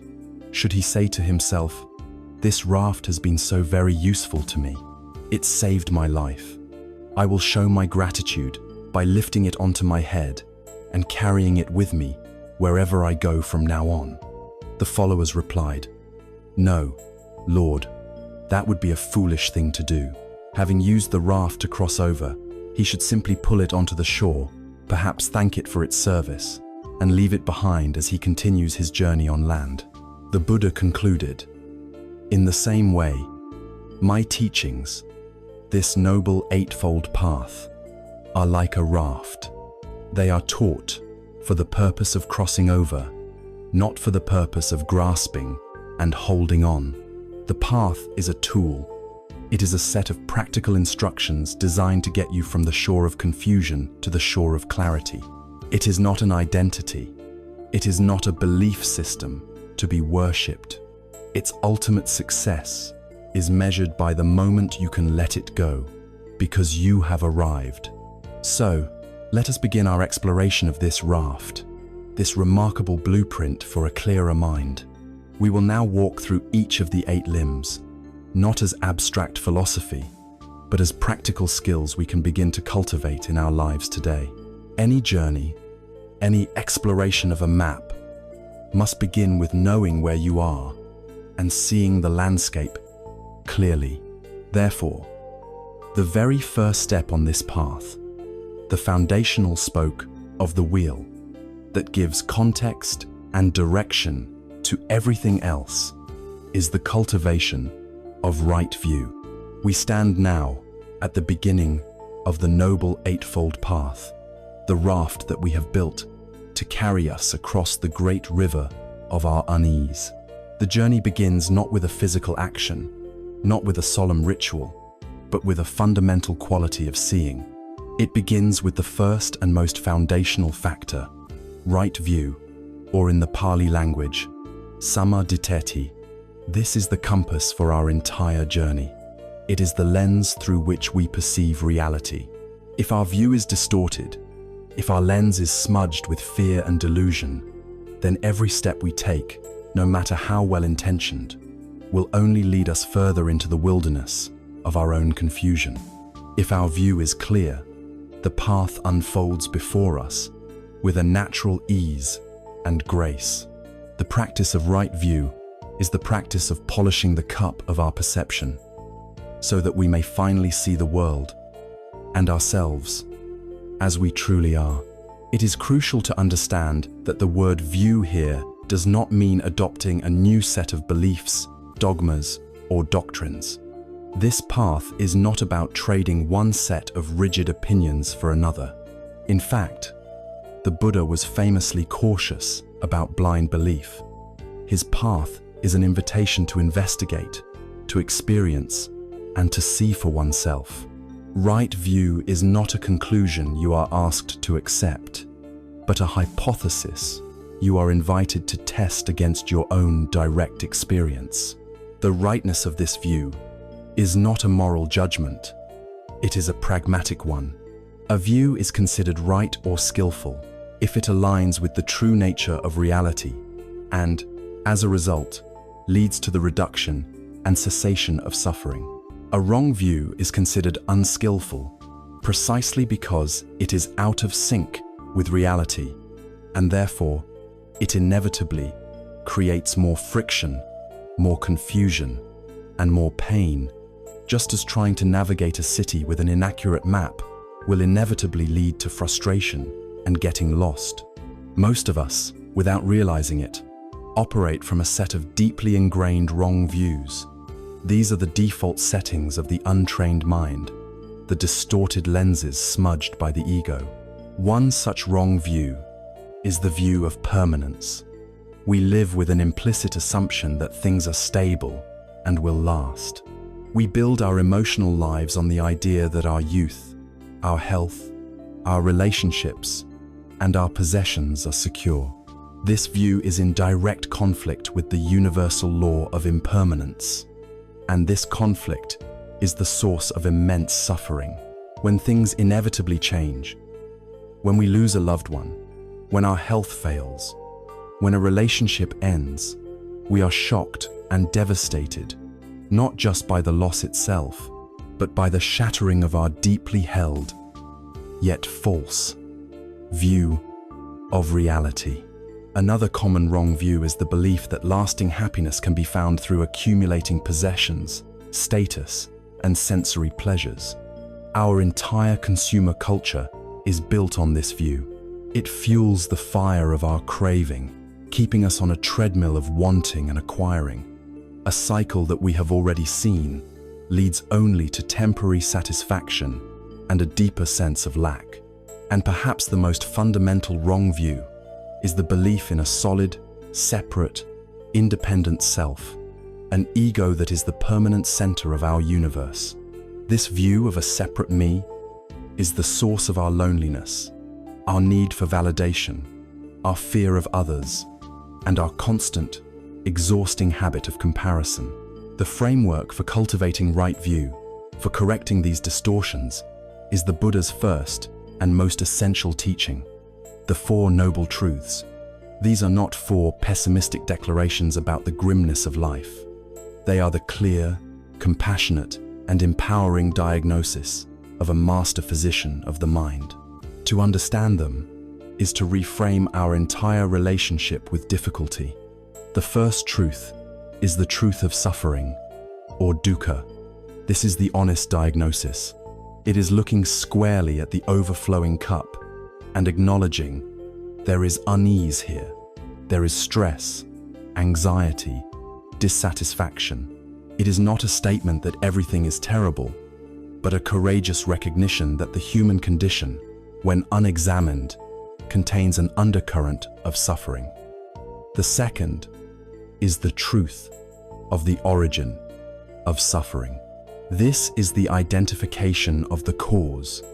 The Buddha states that the cause of our unease is not bad luck or a wrathful God. The cause is internal. It is our craving, our clinging, and our aversion, all fueled by a fundamental ignorance of reality. In other words, by our wrong views. The third is the truth of the cessation of suffering. This is the hopeful prognosis. It states that an end to suffering is possible. It is possible to empty the cup, to extinguish the fires of greed and hatred, to find a lasting peace that is not dependent on external conditions. And the fourth is the truth of the path to the cessation of suffering. This is the practical prescription. It says there is a clear step-by-step method for achieving this cessation. And that method is the Noble Eightfold Path itself. When we begin to see our life through this fourfold lens, we cease to be a helpless victim of our circumstances. We become an empowered agent in our own healing. There is a famous Indian parable that beautifully illustrates the problem of wrong view.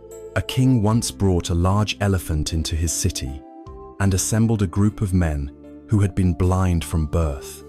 He invited them to experience the elephant and describe it.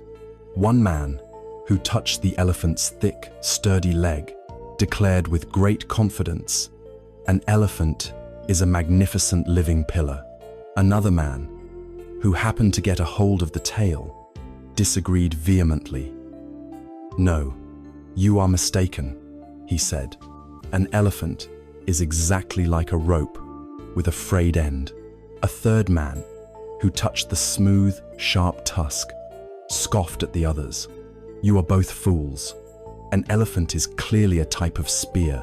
A fourth, who was feeling the large, leathery ear, said, "It is obvious that an elephant is like a great fan."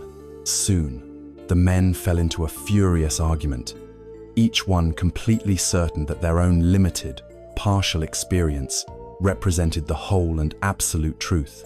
Each was attached to their own view, unable to see the larger reality. We are all those blind men.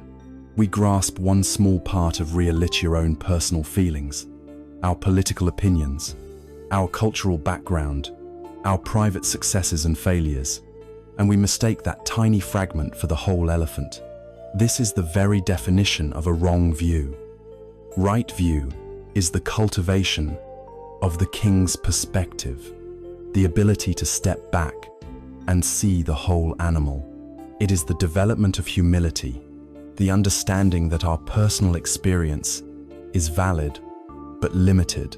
It is the willingness to listen to other perspectives, to question our own certainties, and to hold our views lightly, knowing that reality is always far larger, more complex, and more wonderfully interconnected than our minds can possibly conceive.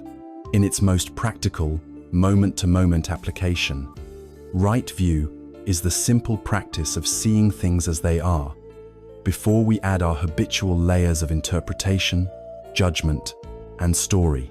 For example, a sudden, sharp sensation arises in your back. That is the raw data, the first arrow. The mind, operating from a place of wrong view, immediately launches into a narrative. "Oh no, my back is going out again. This is a disaster. The whole week is ruined. I am getting old and falling apart." This entire story is the second arrow, the layer of mental proliferation that creates the real suffering. Right view is the capacity to pause and stay with the raw data. There is a sensation in the back. It is sharp. It is unpleasant. We observe it without immediately identifying with it or catastrophizing about it. We see it simply as a changing, impersonal phenomenon. By stripping away the story, we rob the experience of much of its emotional power. We can then respond to the situation with wisdom and clarity, rather than reacting with fear and panic. Right view, therefore, is not a belief we are asked to adopt, but a clarity we are invited to cultivate. It is the foundational act of cleaning our window to the world, of polishing the cup of perception until it is transparent.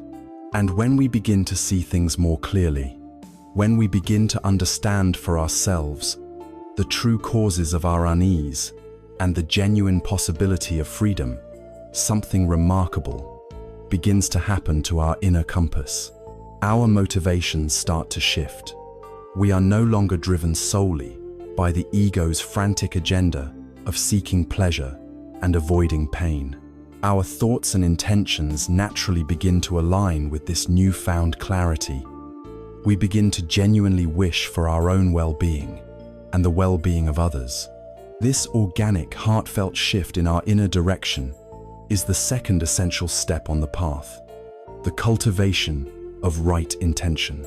Having polished the lens of our perception with right view, we begin to see the landscape of our lives with a startling new clarity. We see the causes of our suffering and the very real possibility of freedom. This clear seeing naturally gives rise to a powerful question, a question that shifts our focus from the external world to our own inner heart. What is my motivation?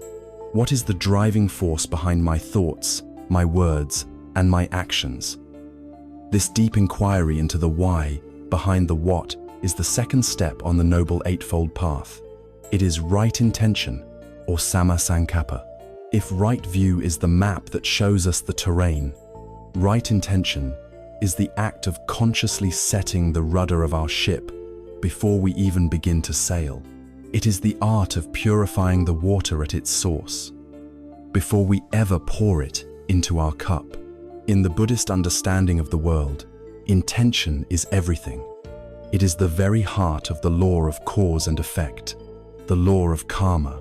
In the West, karma is often misunderstood as some kind of cosmic bookkeeping system, a celestial judge handing out rewards and punishments. The original teaching is far more subtle, psychological, and empowering. The Buddha taught that karma is, first and foremost, intention. It is the volitional impulse, the mental urge that precedes any action. Two actions can look identical on the outside, but have vastly different consequences for our inner world based on the intention behind them. Imagine giving a gift to someone. If the intention is to impress others or to make the recipient feel indebted to you, the seed you are planting is one of ego and control. The fruit that grows from that seed will be more attachment and subtle anxiety. If, however, you give the same gift with a pure intention of generosity, with a simple, heartfelt wish for the other person's happiness, the seed you are planting is one of kindness. The fruit that grows will be joy, connection, and a softening of the heart. The intention is the seed, the action is the stem, and the result we experience is the fruit. Right intention is the practice of consciously choosing to plant wholesome seeds in the garden of our mind. So what constitutes a right or skillful intention? The teachings lay out three specific kinds of wholesome intentions that we are invited to cultivate. These three are the direct antidotes to the unwholesome intentions of craving, ill will, and cruelty that fuel our suffering.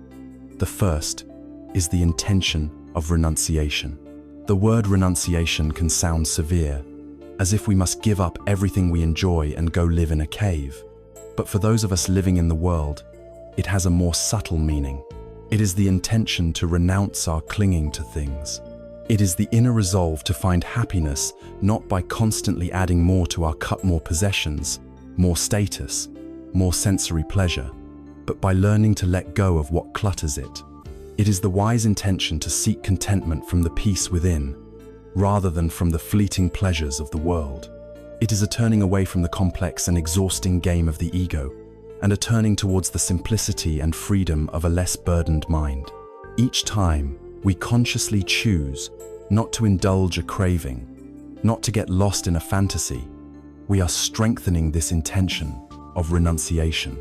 The second right intention is the intention of loving kindness, or metta. This is the direct antidote to the poison of ill will, aversion, anger, and hatred. It is the conscious and sustained cultivation of a warm, benevolent, and friendly attitude towards all living beings, without exception. And this includes ourselves. It is the active wish. May you be happy. May you be well. May you be safe. May you live with ease. This is a radical shift from the mind's default setting, which is often one of suspicion, judgment, or indifference. It is an intention that we can actively cultivate when we encounter someone. Instead of our usual inner commentary, we can silently offer them this wish for their happiness. When we think of someone we find difficult, instead of replaying our grievances, we can try to plant a small seed of wishing them well, understanding that their unskillful actions likely come from their own suffering.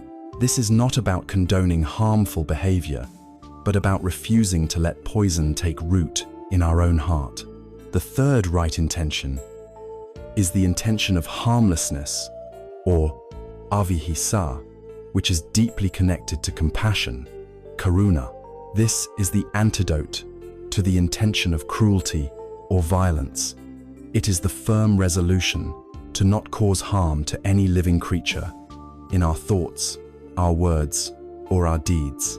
This intention arises from the wisdom of right view, from the deep understanding that all beings are interconnected and that all beings wish to avoid suffering. Compassion is the active side of this intention. It is not just the absence of harm, but the presence of a heartfelt response to suffering. When we see another being in pain, the intention of compassion is the quiver of the heart that says, "May you be free from your suffering." It is the motivation that leads to genuinely helpful action. The practice of right intention begins with mindfulness. We cannot change our motivations if we are not aware of them. The first step is to simply start noticing, to become a curious observer of your own inner world. Throughout your day, especially before you are about to speak or act, you can create a small gap of awareness. In that gap, you can ask yourself, what is my intention right now? Am I being driven by a desire to get something?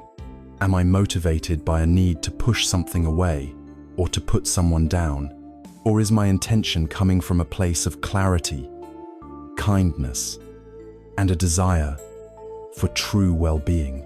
When you notice an unwholesome intention, rising the urge to make a cutting, sarcastic remark, the desire to gossip, the impulse to be selfish, the practice is not to beat yourself up for it.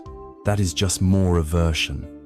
The practice is to see it clearly, without judgment. Often, the simple act of shining the light of awareness on an unwholesome intention is enough to loosen its grip. You see it for what it is, a source of future suffering. And in that moment of seeing, you have a choice. You can consciously choose a different, more wholesome path. You can choose silence over a hurtful word. You can choose generosity over selfishness. You are no longer a slave to your impulses. A powerful way to strengthen this practice is to consciously set your intention at the beginning of each day, before the rush begins, before the outside world has a chance to fill your cup. Take just 60 seconds for yourself. Sit quietly, feel your breath, and plant a seed for the day ahead. You might say to yourself, "Today, may I be patient. Today, may I meet challenges with courage and a clear mind. Today, may I bring kindness into my interactions with others." This simple act is incredibly powerful. It sets the rudder for your day. It creates a clear reference point, a wholesome compass heading that you can return to when you inevitably find yourself blown off course by the winds of stress and habit. There is a simple story that illustrates the supreme importance of intention. In a monastery, there were two monks who were both assigned to tend the temple's magnificent garden. The first monk, let's call him Ananda, loved his work. For him, tending the garden was a meditation. He felt a deep sense of peace as he watered the plants and pruned the flowers. He loved seeing the joy on the faces of visitors who came to enjoy the garden's beauty. His intention was one of quiet service, of cultivating beauty for the happiness of others. The second monk, we can call him Deva, was also a meticulous gardener. He worked just as hard as Ananda, if not harder, but his motivation was very different. A competition was being held among the local monasteries for the most beautiful garden, and Deva was determined to win. He wanted the praise of the head abbot and the admiration of the community. His intention was one of ambition, pride, and ego. Externally, the actions of the two monks were almost identical, but internally, their experiences were worlds apart. Ananda's work filled his cup with peace, joy, and a sense of connection. Deva's work filled his cup with anxiety about the competition, jealousy of other gardens, and frustration at every wilting leaf. One was cultivating a garden of peace in his own heart. The other, despite the beauty he was creating externally, was cultivating a garden of thorns. Right intention, therefore, is the practice of purifying the very source of our actions. It is the deep, internal alignment of our heart with the wisdom of right view. When our intentions are pure, when our heart is aimed toward renunciation, loving kindness, and harmlessness, this inner state will naturally begin to seek an outlet. It will overflow, and the first, most immediate, and most powerful way this wholesome intention expresses itself in the world is through our words. A clear and kind intention naturally gives rise to clear and kind speech. This brings us to the third step on the path, the beginning of our practice of ethical conduct in the world, the cultivation of right speech. When we have set the rudder of our ship with right intention, aiming our hearts toward kindness, letting go, and harmlessness, the first place this inner alignment becomes visible is in our speech. Words are not merely sounds we make to convey information. They are powerful forces, pregnant with creative and destructive potential.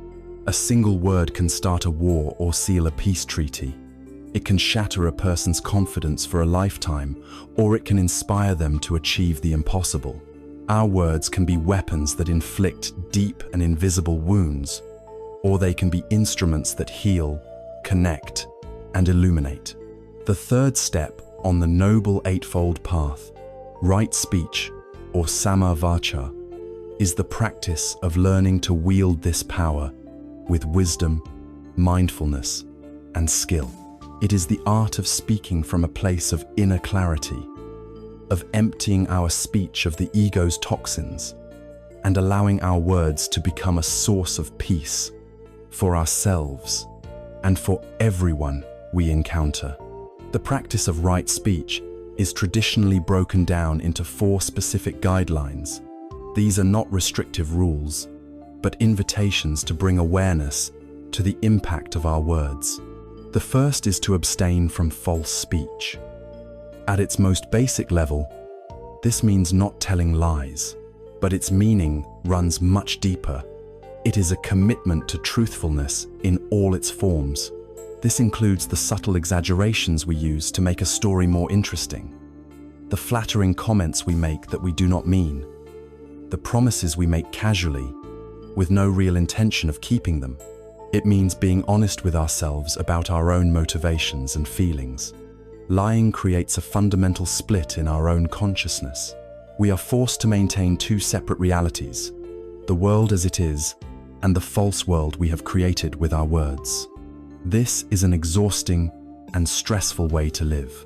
It corrodes our own integrity and destroys trust, which is the very foundation of any meaningful relationship. Right speech is about closing this gap, about creating a seamless integrity between our inner world and our outer expression. The second guideline is to abstain from divisive or slanderous speech. This is the practice of not using our words to drive wedges between people. It is refraining from gossip, from carrying tales from one person to another, from speaking ill of someone who is not present. When we feel the urge to engage in this kind of speech, it is a powerful opportunity to practice mindfulness. What is the intention behind it?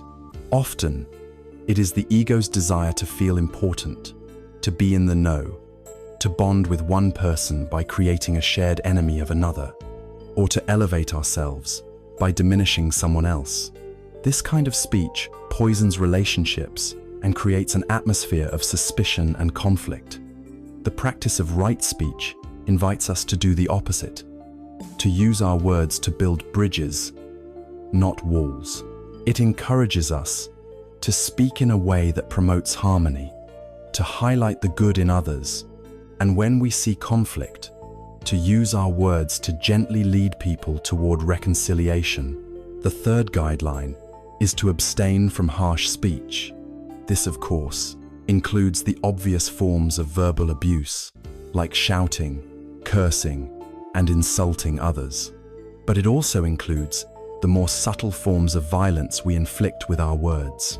It includes sarcasm that has a cruel edge, belittling or condescending comments disguised as jokes, and speaking with a cold, contemptuous tone. Harsh speech is a direct expression of aversion and ill will. It is like throwing a hot coal. It burns our own mind with the fire of anger, even as we hurl it at another. The practice here is to cultivate gentleness. It is to learn to speak to others, even those with whom we strongly disagree, with a fundamental respect for their humanity. It means choosing our words carefully, aiming to be clear and firm if necessary, but never cruel. It is the practice of speaking to others as we would wish to be spoken to ourselves. The fourth guideline, and perhaps the most challenging for our modern culture, is to abstain from idle chatter. This is speech that has no real purpose. It is aimless gossip about celebrities or acquaintances, complaining for the sake of complaining, filling every moment of silence with noise because we are uncomfortable with stillness. Idle chatter dissipates our precious mental energy. It clutters our own minds and the minds of those who listen. It keeps us swimming on the surface of life, engaged in trivialities that prevent deeper contemplation and more meaningful connection. The practice here is to cultivate purposeful speech. Before speaking, we can get in the habit of passing our potential words through a series of gates. Is what I am about to say true? Is it kind?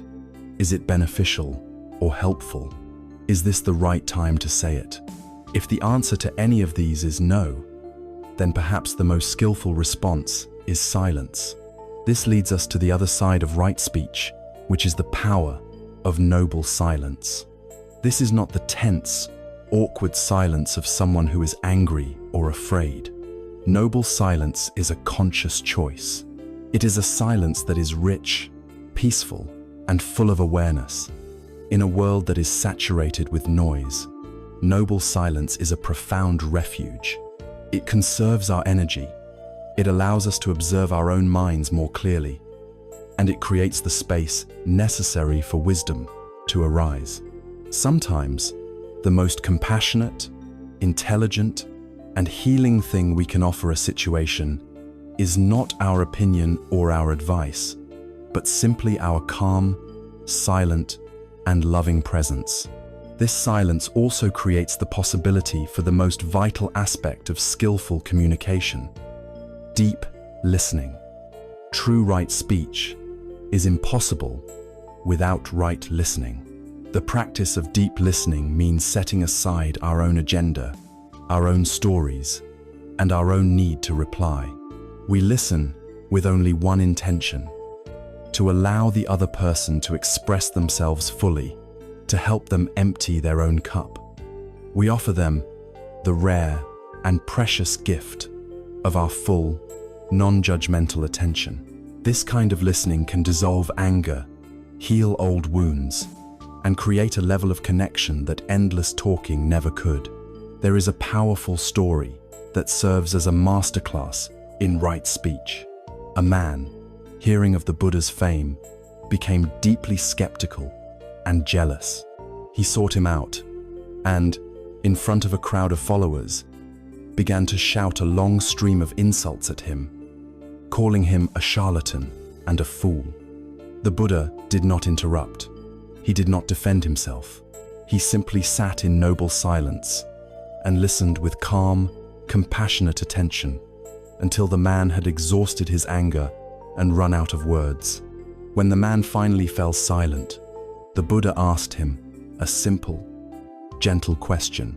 "Young man," he said, "if you buy a gift for someone and that person does not accept the gift, to whom does the gift then belong?" The man, taken aback by the unexpected question, thought for a moment and replied, "Well, if they don't accept it, then it would still belong to me." The Buddha smiled warmly and said, "Exactly so. You have come here today and offered me the gift of your anger and your insults. I do not accept this gift. It remains with you.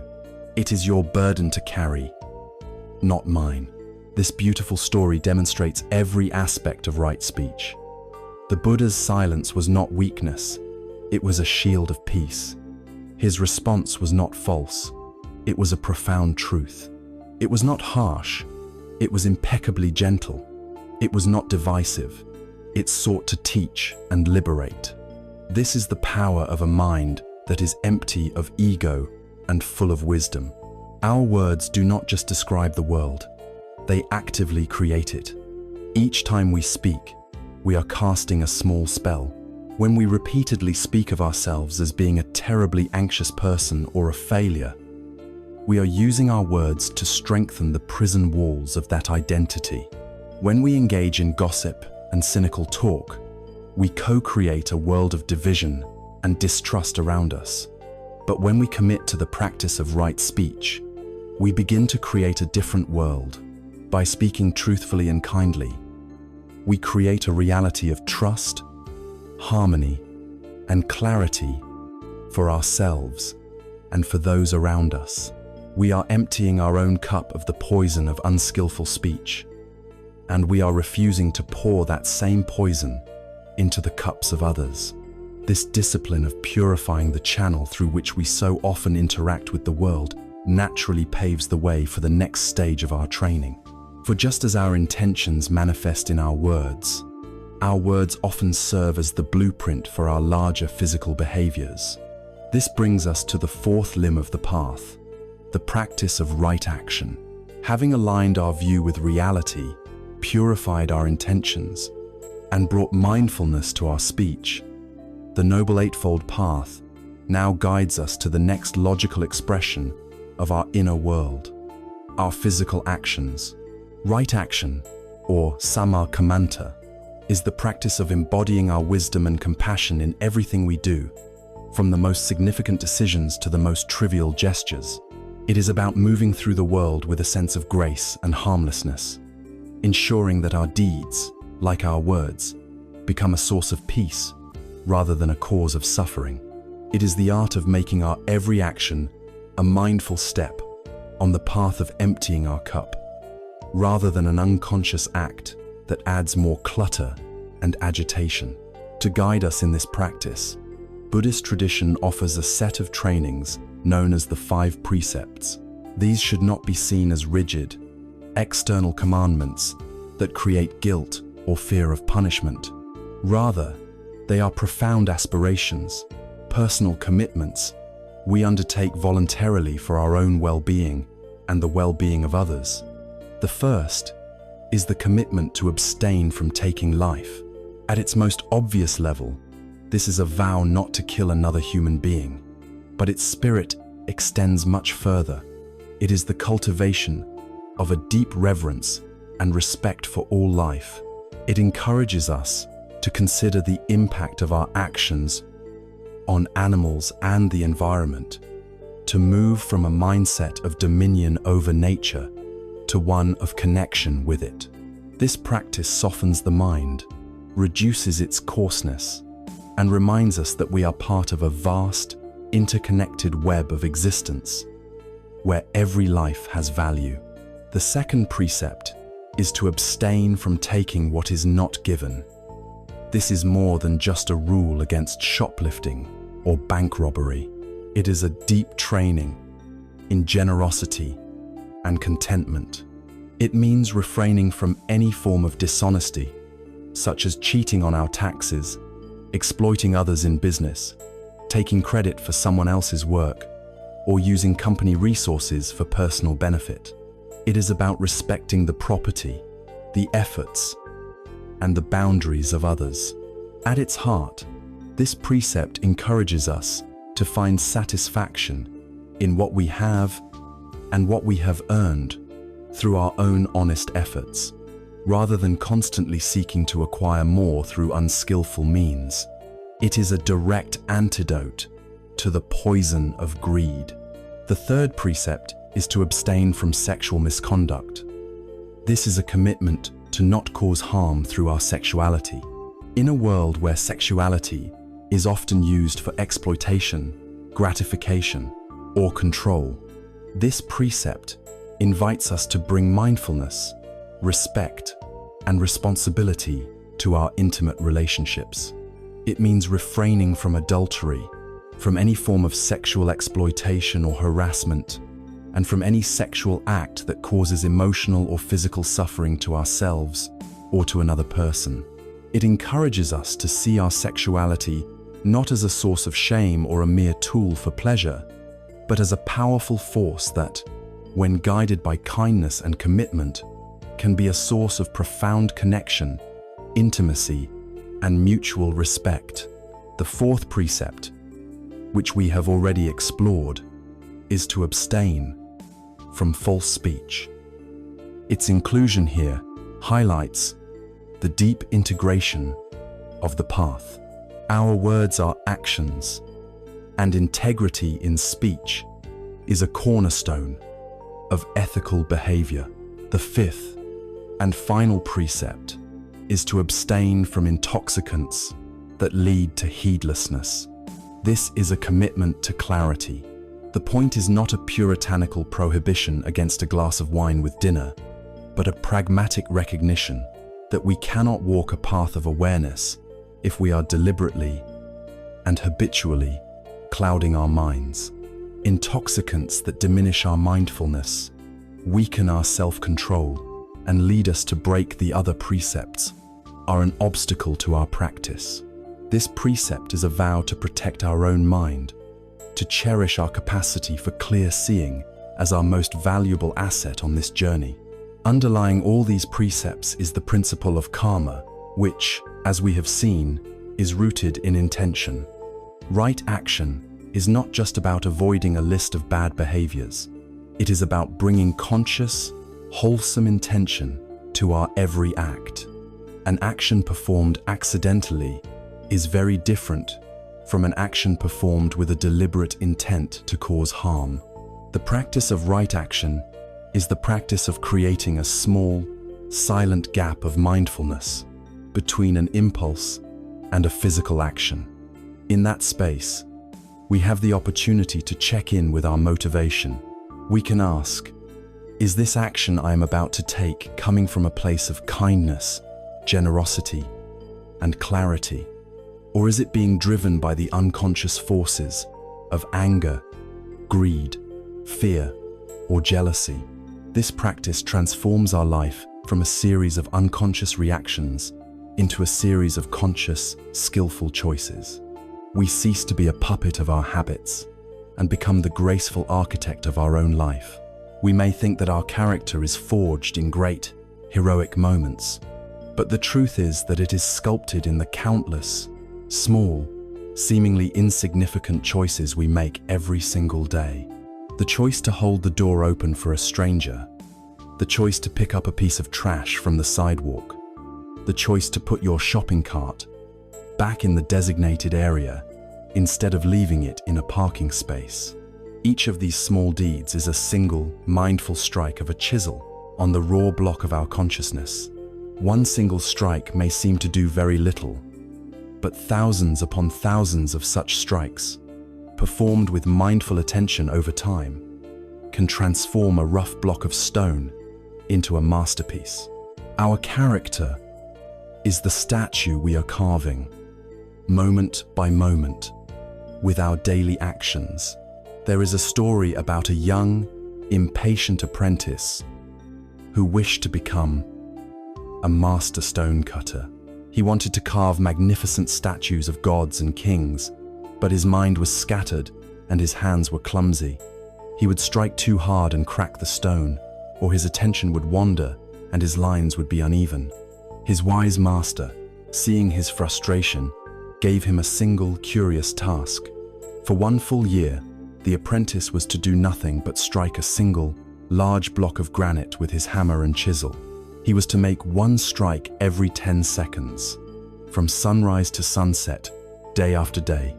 His only instruction was to make each and every strike as mindful, as precise, and as perfect as he possibly could. For the first few months, the apprentice was consumed by boredom and resentment.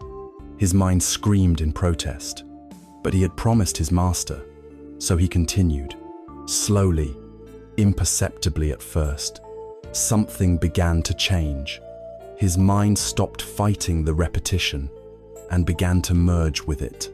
His attention, which had once been scattered, became focused and one-pointed on the tip of the chisel.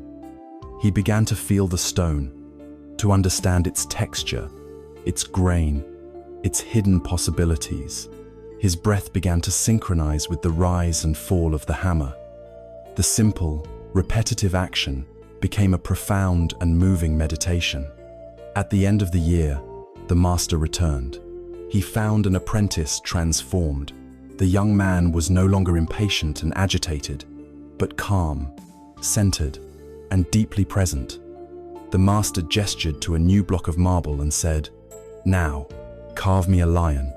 The apprentice picked up his tools, but this time, there was no ego, no grand plan, no struggle. His hands moved with an effortless grace and an innate wisdom. He was not trying to carve a lion. He was simply listening to the stone and allowing the lion that was already waiting within it to emerge. His year of mindful, dedicated right action had transformed him from a clumsy apprentice into a true master. Our lives are that block of stone. Our everyday actions are the hammer and the chisel. By bringing this quality of mindful, dedicated attention to how we live, we are not just doing things, we are shaping our own consciousness.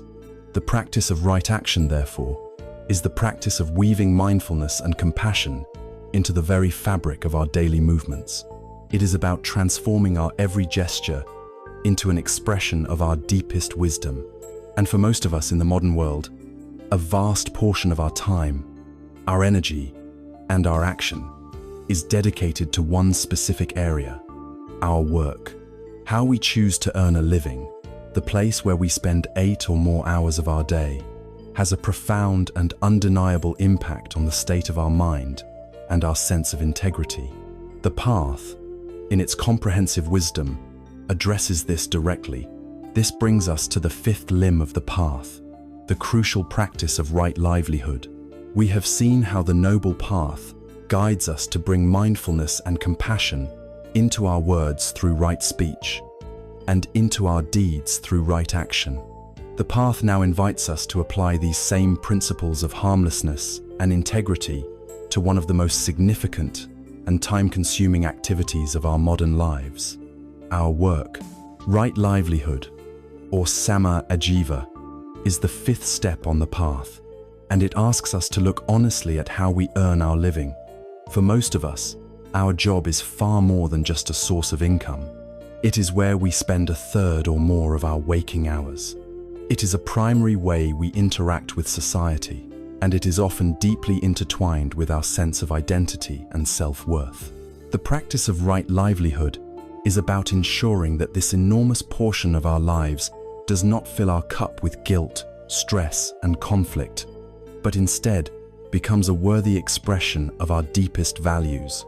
In his teachings, the Buddha, with his characteristic pragmatism, specifically mentioned 5 types of business that a follower should avoid because they are fundamentally based on causing harm. These were business in weapons, business in human beings, such as slavery or prostitution, business in meat, profiting from the killing of animals, business in intoxicants, and business in poisons.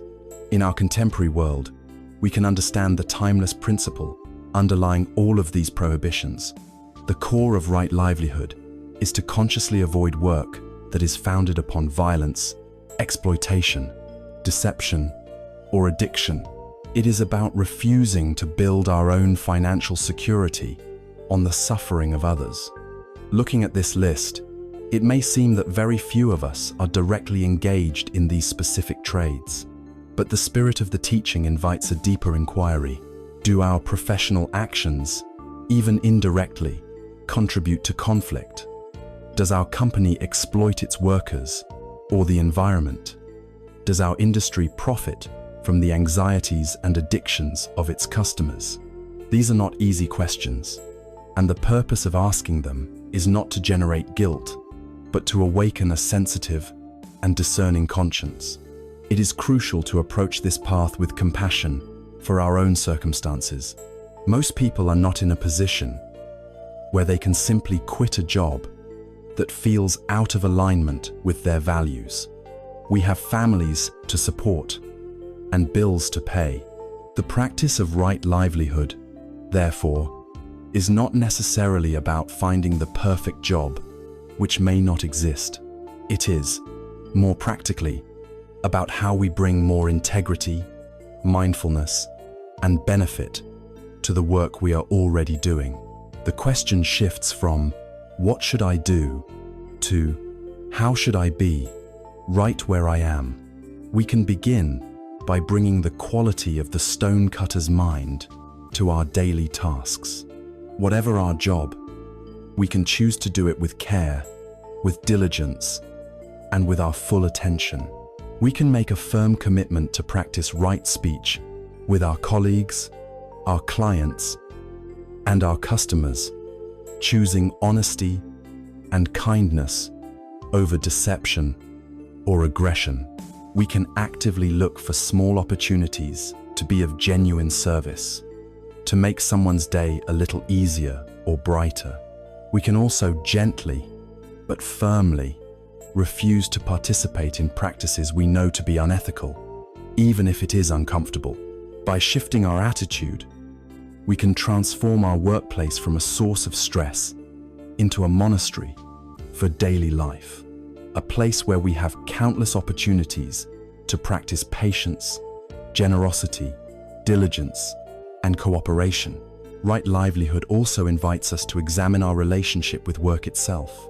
Modern culture often promotes a hustle mentality, where career ambition becomes the absolute center of our identity, and we are encouraged to sacrifice our well-being, our relationships, and our peace of mind for the sake of climbing the ladder. From a Buddhist perspective, this is a profound imbalance. Our work is meant to support our life, not to be our life. It is the means that allows us to live in a way that is dignified and that provides the opportunity for spiritual practice. This encourages a healthy sense of perspective. It prompts us to ask whether our pursuit of wealth and status is costing us our own peace. It encourages the wisdom of enough, a radical contentment that stands in opposition to the endless striving for more.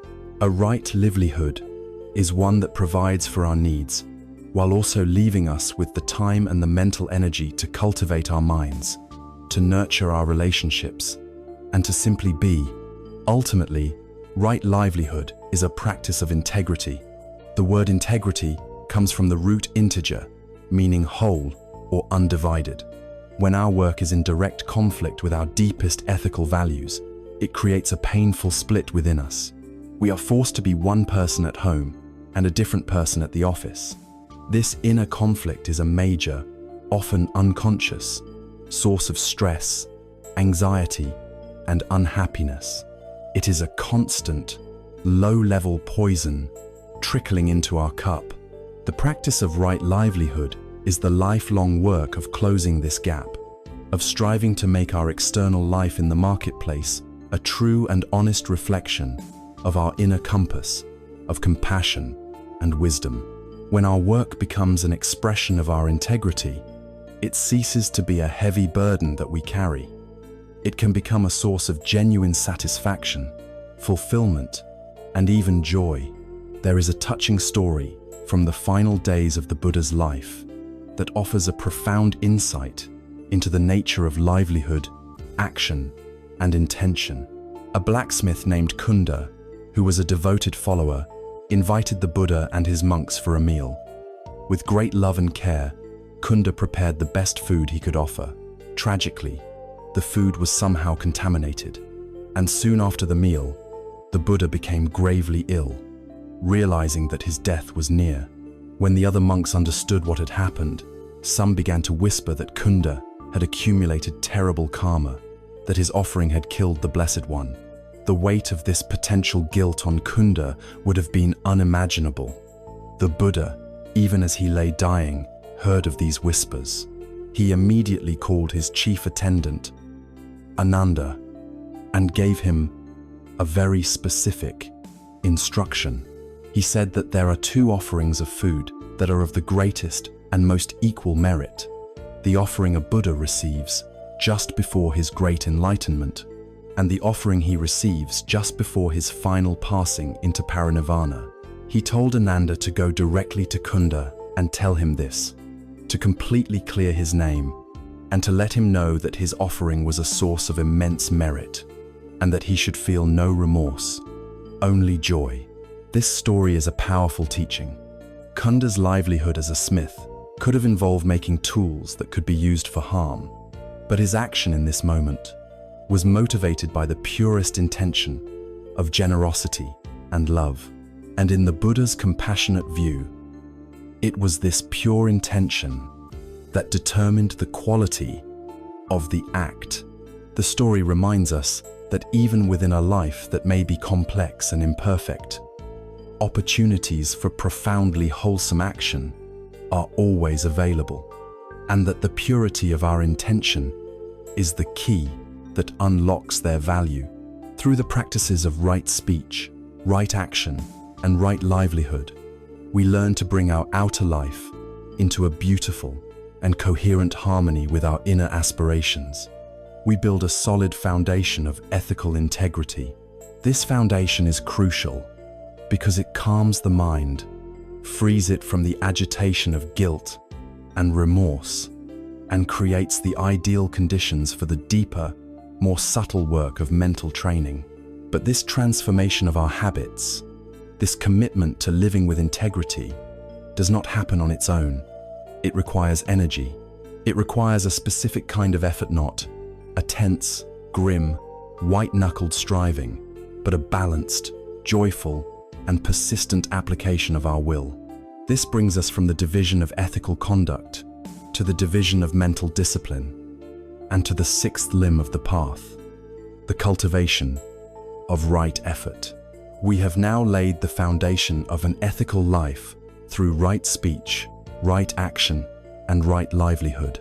This framework of integrity brings a great sense of peace and stability to our minds, freeing us from the inner conflicts of guilt and remorse. But to walk this path, to actually transform the deep-seated, unconscious habits of our mind and truly empty our cup, requires more than just a passive commitment. It requires energy. This leads us to the sixth step of the path and the beginning of the great division of mental discipline. It is the practice of right effort, or samma vayama. When we hear the word effort, our minds might immediately conjure images of struggle, of gritting our teeth, of forcing our will against a powerful resistance.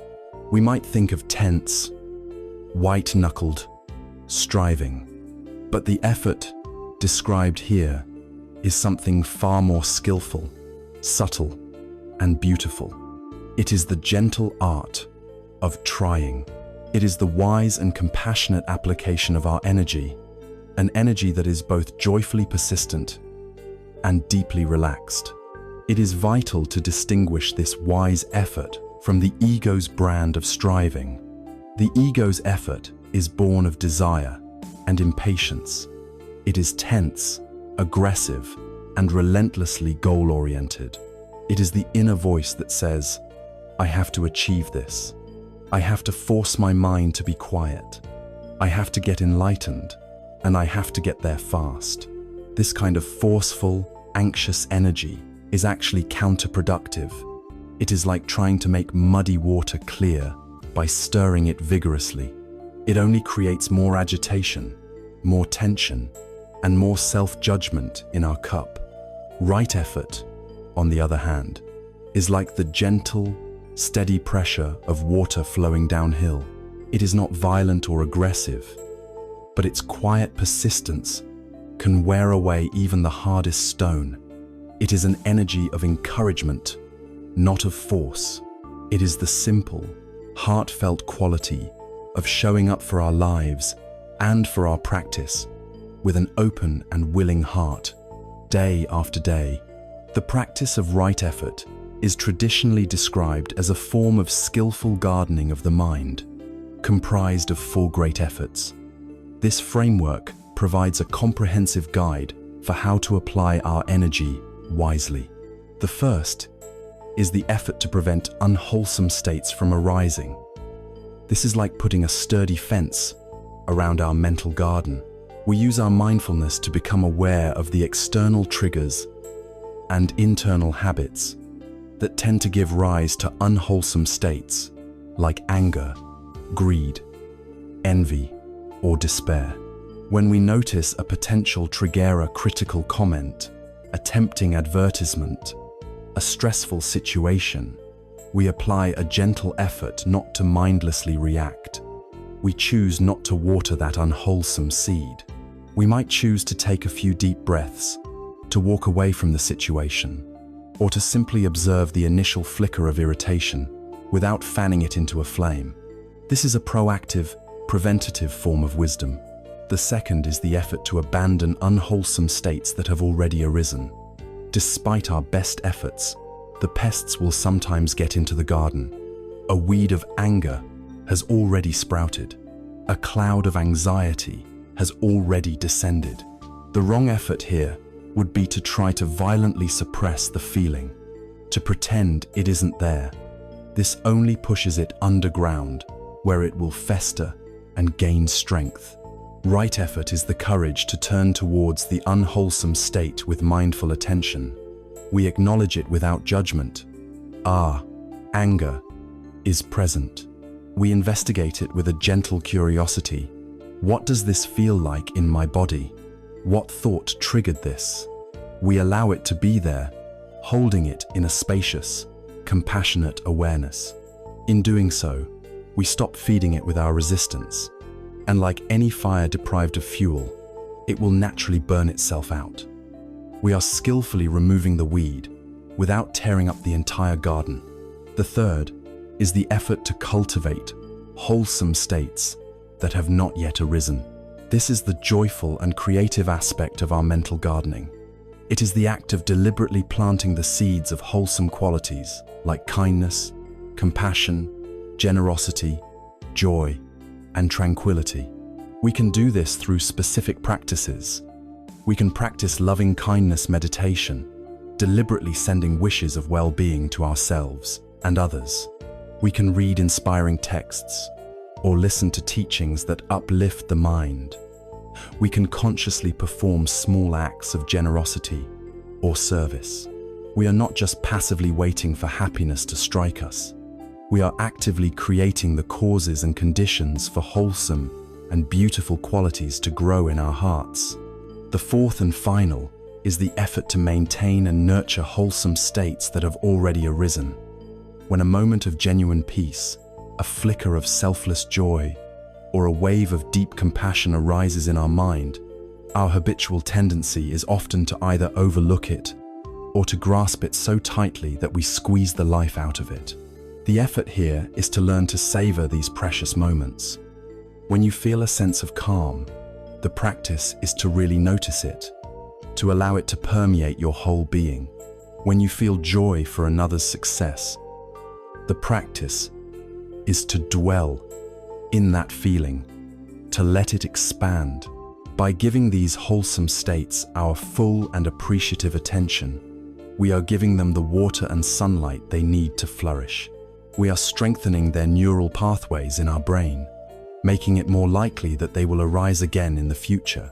This entire fourfold practice must be undertaken with a profound sense of patience and self-kindness.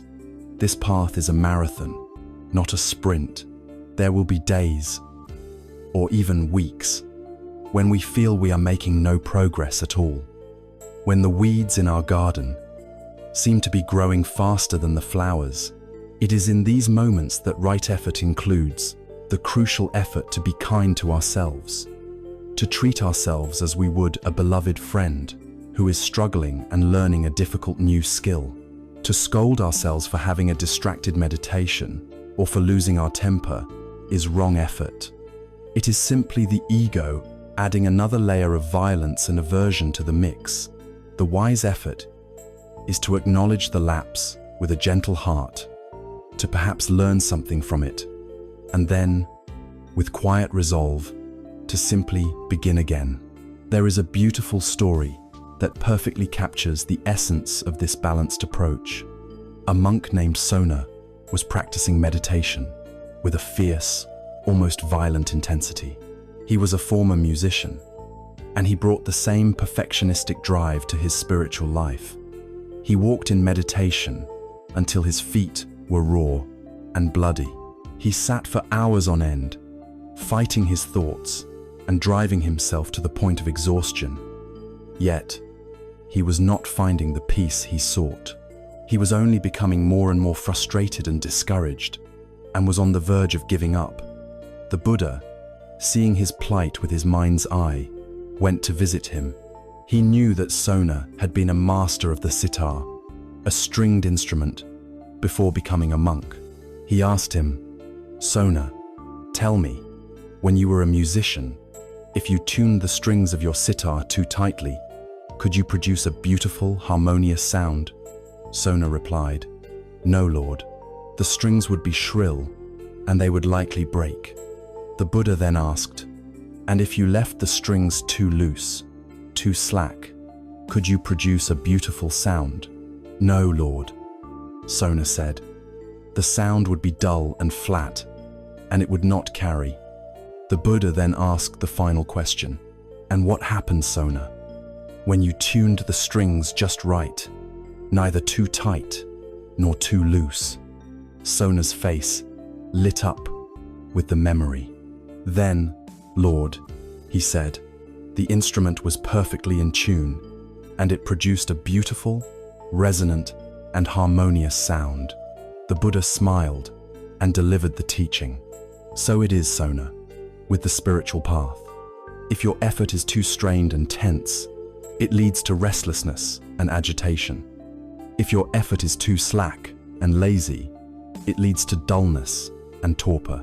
You must tune the string of your energy so it is just right, perfectly balanced between exertion and relaxation. This is the way to awaken.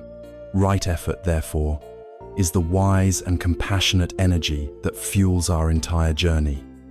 It is the perfectly tuned string that allows the music of wisdom to be played in our lives. It is the gentle yet persistent force that empowers us to skillfully garden our minds, pulling the weeds of the unwholesome and nurturing the flowers of the wholesome. This balanced, intelligent energy is precisely what we need to power the very heart of the meditative path, the practice that allows us to see the inner workings of our mind with unparalleled clarity. Right effort provides the sustained and joyful fuel for the great engine of the seventh limb of the path, the profound and transformative practice of right mindfulness. With the balanced and joyful energy of right effort, we have learned how to tune the instrument of our mind. We are now prepared to play the most beautiful and subtle music of the path. We arrive at the twin peaks of the division of mental discipline, the seventh and eighth limbs of the Noble Eightfold Path. These are the heart of the meditative journey, the direct practices for transforming our consciousness. They are right mindfulness and right concentration. If right effort is the gentle hand that guides our practice, then right mindfulness is the clear, unwavering light that illuminates our inner world, and right concentration is the power to focus that light into a penetrating, insightful beam. Together, they are the art of steadying the cup of our mind so that the turbulent, murky waters within can finally become still, allowing us to see with perfect clarity right through to the bottom. It is helpful to understand the distinct yet deeply interwoven roles of these two qualities. Right mindfulness, or samma sati, is best understood as moment-to-moment, non-judgmental awareness. It is an open, vast, and receptive quality of mind. Its primary function is to know, to register what is happening in our field of experience without getting caught in it. It is like a wide-angle lens, taking in the entire landscape of the present momentites, sounds, thoughts, feelings, without needing to zoom in on any one thing. It is the impartial gatekeeper of the mind, simply noting, a thought is arising, a feeling of sadness is present, the sound of a bird is being heard. It does not judge, it does not cling, it does not push away, it simply knows.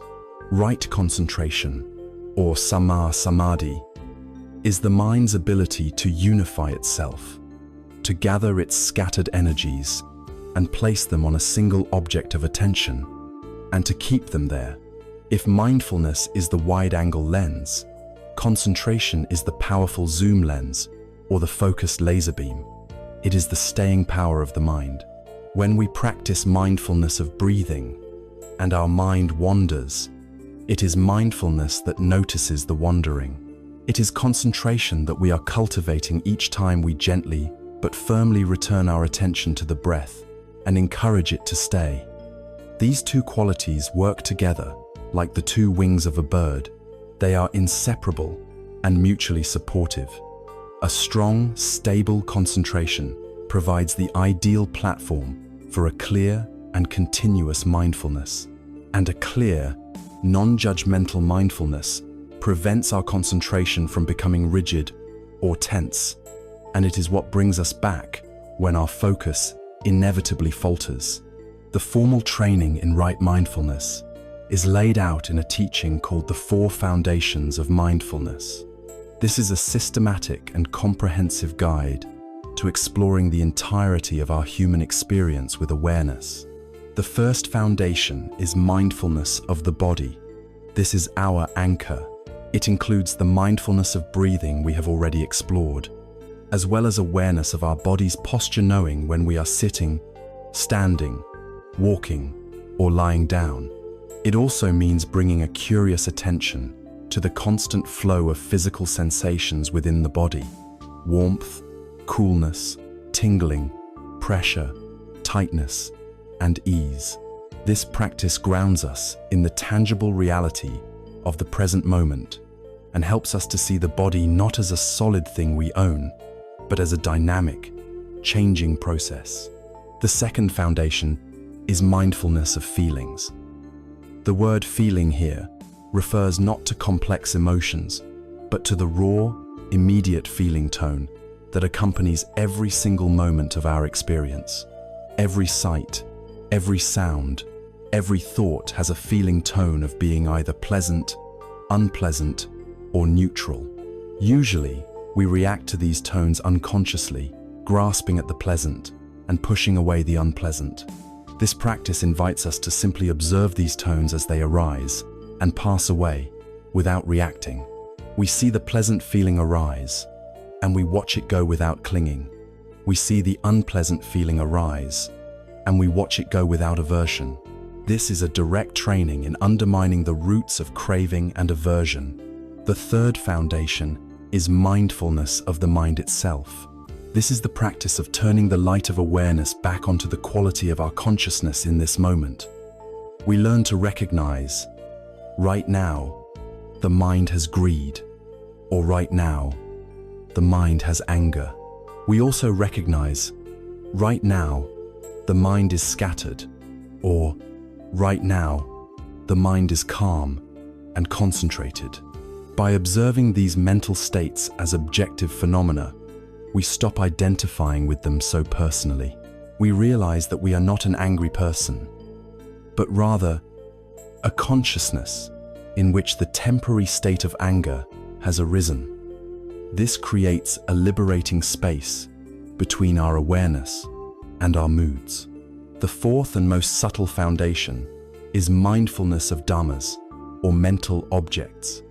This means being mindful of the very patterns and categories through which we structure our reality.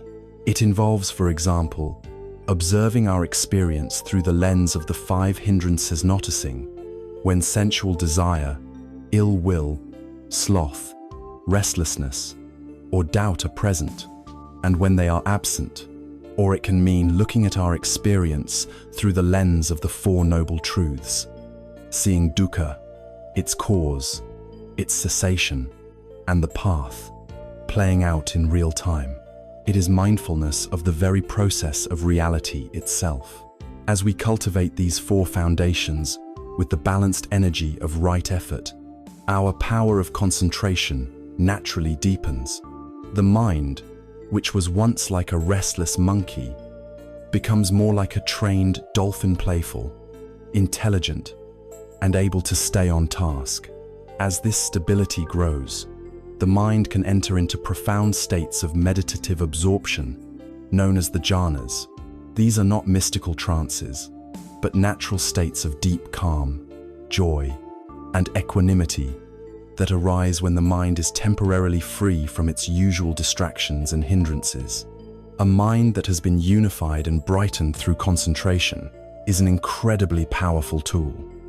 It is supple, clear, and ready to see things with a new and penetrating depth. There is a wonderful parable that illustrates the balance required for this practice and its ultimate purpose. A master acrobat was teaching his young assistant how to perform their dangerous pole balancing act. He said to the boy, "Listen carefully. You watch out for me, and I will watch out for you. In this way, by protecting each other, we will perform our act safely and earn our living." But the young assistant, who was very wise, replied, "No, master, with all due respect, that will not work. The correct way is this. I will watch out for myself, and you will watch out for yourself. By each of us taking care of our own balance, we will protect each other, perform our act safely, and earn our living." The Buddha heard this story and said that the assistant's wisdom was correct. Protecting oneself, he explained, one protects others. Protecting others, one protects oneself. This can sound selfish at first, but its wisdom is profound. In the context of the path, protecting oneself means diligently cultivating one's own mindfulness and concentration, taking care of one's own inner balance. When we are steady on our own feet, when our own minds are not wobbling with reactivity, greed, and anger, we naturally protect others from our own unskillfulness. Our calm becomes a shield for those around us. Our mindful presence is the greatest gift of safety we can offer. By holding our own cup steady, we stop spilling our own agitation onto the world. This brings us to the ultimate purpose of developing such a steady and concentrated mind. The goal is not just to feel calm and peaceful, as wonderful as that is. The goal is insight. The ancient analogy is of a lake filled with water. If the wind is blowing, the water is turbulent and choppy, and you cannot see the bottom. This is the mind agitated by craving and aversion. Through the practice of concentration, or samatha, we still the winds. The water becomes glassy, calm, and clear. This is samadhi. Now, with the water perfectly still, we can look deep into it and see everything at the bottom: the pebbles, the fish, the plants with perfect clarity. This clear seeing is insight, or vipassana, with a mind that has been made sharp and steady through concentration. We can turn that focused attention onto our own experience and directly perceive the fundamental truths of existence, the truth of impermanence, the truth of dissatisfaction, and the truth of no self. We do not just think about them or believe them, we see them for ourselves. It is this direct, experiential seeing that cuts the root of ignorance and liberates the heart. We have now traveled the full length of the raft. Beginning with right view, we charted our course. With the practices of ethical conduct, we learned to sail without causing harm. With right effort, we tuned our energy. And with right mindfulness and right concentration, we have learned to hold the ship steady and see with penetrating clarity. The raft has carried us to the far shore. We have emptied our cup of its most turbulent contents and learned to hold it with a steady hand. So what do we find now? What is the nature of a mind that is clear and calm? What is the taste of the water in a cup that is no longer full of ego and anxiety? This brings us to the profound fruits of the path, to the very nature of reality, as seen through a liberated mind. Our next step is to explore the beautiful and radical concept of emptiness. Having traveled the full length of the Eightfold Path, we arrive at the far shore with a mind made steady, clear, and bright. We have used the tools of ethics, concentration, and effort to hold the cup of our mind with a stable hand. We have stilled the turbulent waters of our craving and aversion, allowing the sediment of our confusion to settle. Now, looking into the clear water, we are able to see something new. We are able to see the nature of the cup itself. This brings us to a teaching that is at the very heart of Buddhist wisdom, a concept that can sound strange or even frightening to our ears, but which holds the key to the most profound liberation. This is the teaching on emptiness, or shunyata. In the West, the word emptiness conjures images of a cold, desolate void, a meaningless nothingness. We think of an empty house or an empty life, and we feel a sense of lack and despair. But in this context, emptiness does not mean non-existence.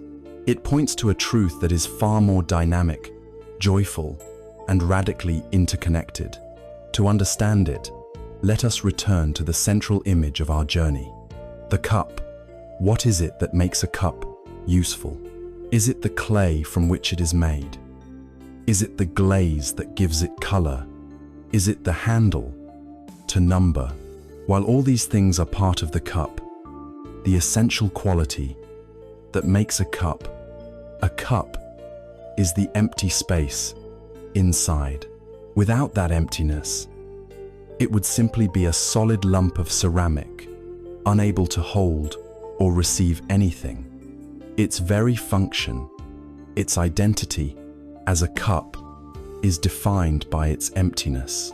The wisdom of shunyata teaches us that all phenomena in the universe, from the grandest galaxy to the smallest thought, are exactly like this cup.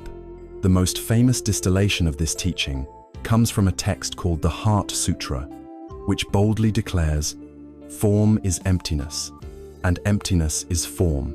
Let us gently unpack this enigmatic phrase.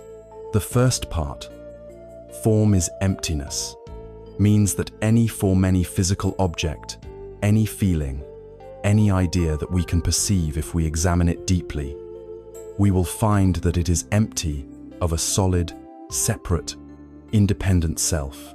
It has no inherent existence from its own side. Consider a simple, wooden table. We look at it, and our mind labels it table, assuming it is a distinct, self-contained object. But where is the tableness? Is it in the wood? The wood was once a tree. The tree depended on sunlight, rain, soil, and carbon dioxide to grow. The tree was empty of a separate self. It was full of the whole cosmos. The table was built by a carpenter who used tools made by other people, from metal mined from the earth. The design of the table was influenced by generations of culture and history. If you remove the sun, the rain, the tree, the carpenter, the iron ore, the culture, if you remove all the non-table elements, there is no table left. The form of the table is empty of a separate, standalone identity. This leads us to the second part of the phrase, emptiness is form. This means that this emptiness is not some blank, abstract void existing somewhere else, separate from our world. This vibrant, dynamic, ever-changing world of forms is emptiness in action. The universe expressing itself as a table, as a cloud, as a human being, is the manifestation of this empty, interconnected nature. Emptiness and form are not two different things. They are two sides of the same, single reality, like a wave and the water of the ocean.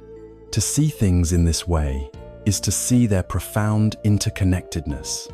The Zen master, Thich Nhat Hanh, coined the beautiful word interbeing to describe this reality. Nothing can exist by itself. Everything inter is with everything else. A flower in a field cannot be a flower by itself. It is made only of non-flower elements. The sunshine, the clouds, the rain, the soil, the minerals, the insects that pollinate it. The flower is empty of a separate self, but it is full of the entire universe. And so are we. We are empty of a separate, isolated self. Our bodies are made of the food, water, and air that we take in from the world around us. Our minds are filled with the language, ideas, and culture passed down to us by countless generations. Our every breath is an intimate exchange with the trees and the atmosphere. To see our own emptiness is not to see that we are nothing. It is to see that we are everything. It is to dissolve the illusion of the separate ego and to realize our deep, unbreakable connection with all of life. This realization is the ultimate freedom. Why? Because if things had a solid, fixed, independent self, they could never change. If a difficult situation was inherently and permanently bad, it could never improve. But because it is empty of that fixed nature, because it is a temporary coming together of causes and conditions, it has the space to change, to evolve, to become something else. If you had a fixed, solid, permanent self that was, for example, an anxious person, you would be trapped in that identity forever. But because that anxious self is just a temporary pattern of thoughts and feelings, empty of any solid core, you have the profound freedom to change. Emptiness is the space of infinite potential.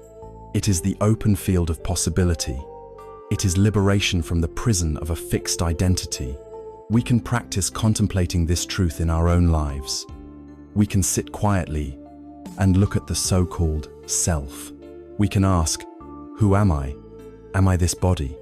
But the body is constantly changing, replacing its cells, made entirely of non-me elements like food and water. Am I my feelings? But feelings are like the weather, arising and passing away in a constant stream. Am I my thoughts? Thoughts are even more fleeting, like bubbles rising to the surface of a pond. As we search for a permanent, unchanging I at the center of our experience, we find that it is nowhere to be found.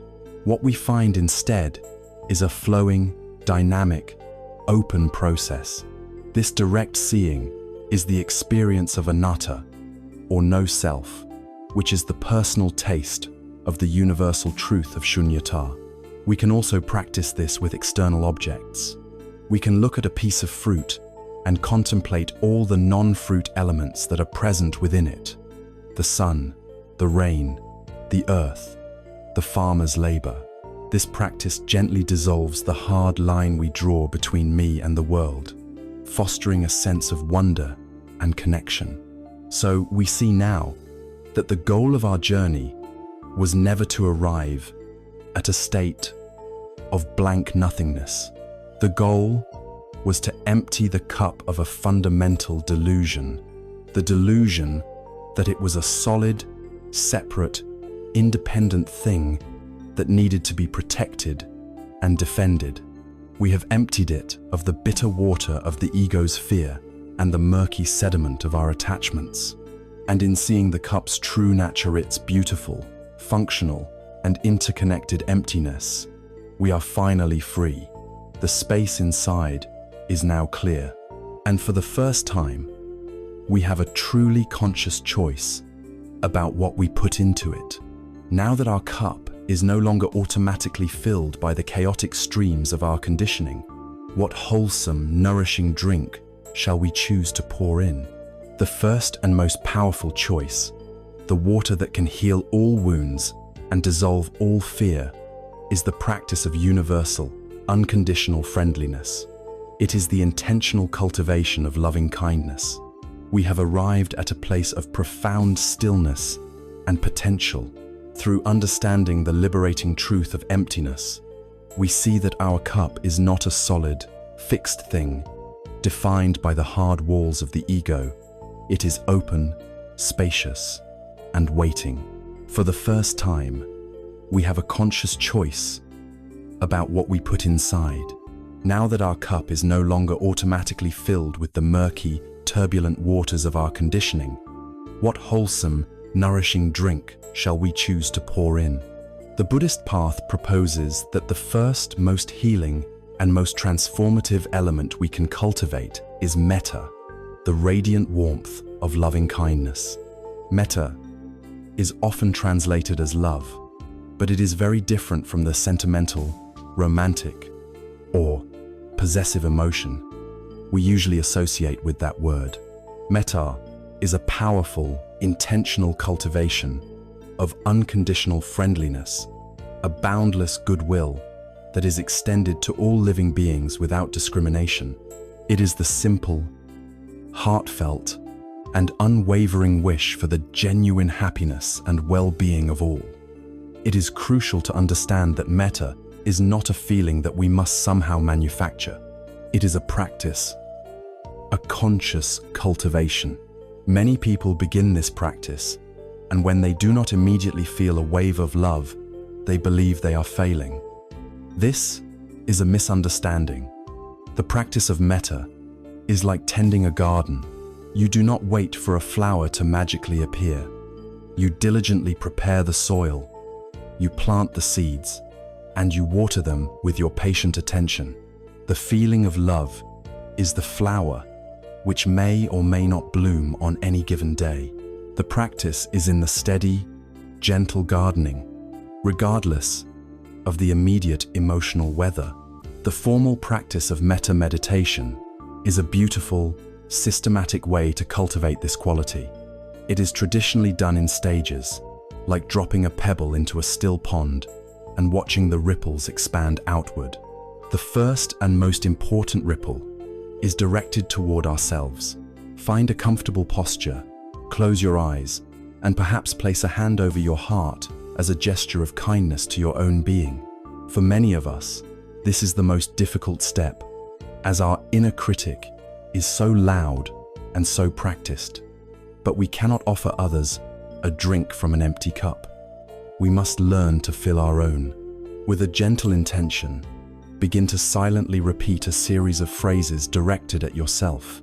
The classic phrases are, "May I be happy, may I be healthy, may I be safe, may I live with ease, Repeat them slowly, softly, like a calming inner lullaby. Let the words be your anchor. Do not worry about forcing a feeling. Simply rest in the sincere intention behind the words, the simple wish for your own well-being. Once you have spent some time offering kindness to yourself, the next stage is to expand that warmth to a dear friend or benefactor. Bring to mind someone for whom you feel easy, uncomplicated love and gratitude. It could be a close friend, a family member, a mentor, or even a beloved pet. Picture them clearly in your mind's eye, happy and well. Now, direct the same phrases of metta toward them. May you be happy. May you be healthy. May you be safe. May you live with ease. Allow the natural warmth of your heart to flow toward them with these wishes. Feel the joy that comes from genuinely wishing for another's happiness. Next, the circle expands further. Bring to mind a neutral person. This is someone you see in your daily life, but for whom you feel no strong emotion, neither like nor dislike. It might be the person who serves you coffee in the morning, a cashier at the grocery store, or someone you pass on your commute. Hold their image in your mind, and, just as you did for yourself and for your friend, extend them the very same wishes. May you be happy. May you be healthy. May you be safe. May you live with ease. This stage is a powerful practice for breaking down the walls of indifference that we build around our hearts. It helps us to see the shared humanity in everyone, to recognize that these neutral people are the protagonists of their own lives, with their own hopes and fears, just like us. Now, the practice becomes truly radical and transformative. The fourth stage is to offer metta to a difficult person.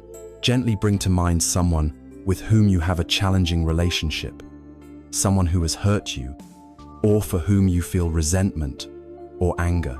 It is wise to start with someone who is only mildly irritating, not the source of your deepest trauma. Acknowledging whatever difficult feelings may arise in your own heart, you now attempt, as best you can, to offer them the very same phrases of goodwill. May you be happy. May you be healthy. May you be safe. May you live with ease. This can feel impossible at first. It is vital to understand that this is not about condoning their harmful actions. It is not about forcing forgiveness or pretending that what happened was okay. This practice is a gift you give to yourself. It is the recognition that holding on to anger and resentment is like drinking poison and waiting for the other person to die. It only harms you. By offering even a flicker of metta, you are choosing to stop drinking that poison. You are choosing freedom for your own heart. Finally, having moved through these stages, you allow the circle of loving kindness to become boundless. Let your awareness expand outward in all directions, like a radiant light emanating from your heart. Include everyone you have already thought of, and then expand it to encompass all people in your town, your country, and across the world. Expand it further to include all animals, all plants, all beings in the oceans and the skies. To all beings seen and unseen, near and far, known and unknown, radiate the powerful and heartfelt wish. May all beings be happy. May all beings be healthy. May all beings be safe. May all beings live with ease. In this moment, you are dissolving the final boundaries of the ego and connecting with a universal heart of boundless, unconditional friendliness. This practice is the direct and skillful antidote to the poison of anger, aversion, and ill will that we diagnosed earlier. Anger is a tight, contractive, burning state of mind. Metta is a soft, expansive, and cooling state. It is impossible to hold both in the mind at the very same time. By practicing metta regularly, we are literally rewiring our habitual responses.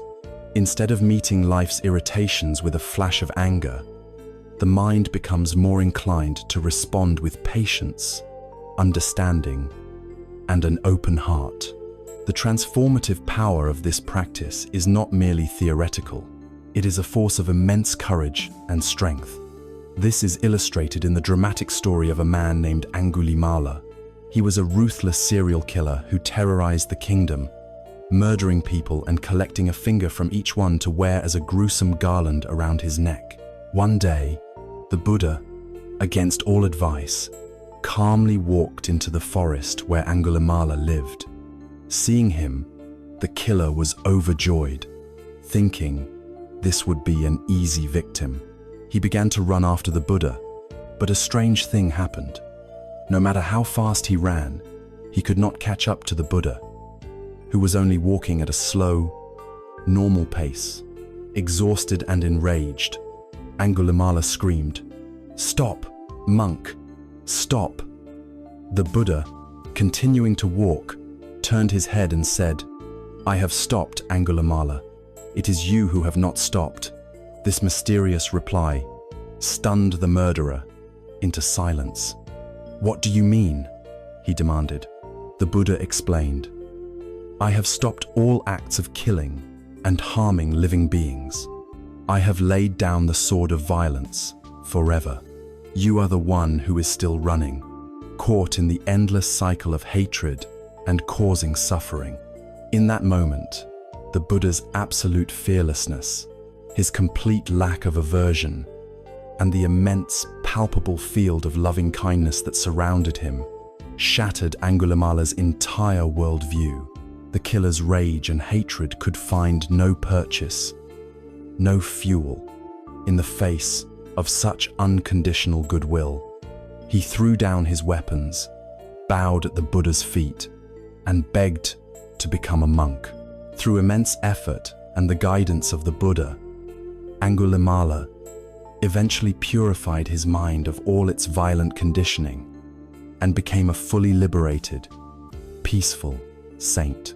This story shows that metta is not a weak, passive sentiment. It is the most powerful force for transformation in the universe.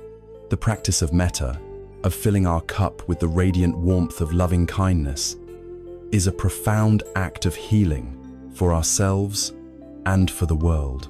It is the foundational wish for all beings, ourselves included, to find happiness and well-being. But as we look upon the world with this newfound open heart, we inevitably see that not all beings are happy. We see, with great clarity, the reality of pain, loss, and struggle. When our heart, which has been softened and opened by metta, encounters the direct reality of suffering, a new and powerful quality naturally arises. It is the responsive quiver of the heart that not only wishes for beings to be happy, but actively wishes for them to be free from their suffering. This is the birth of the second of the 4 divine abodes.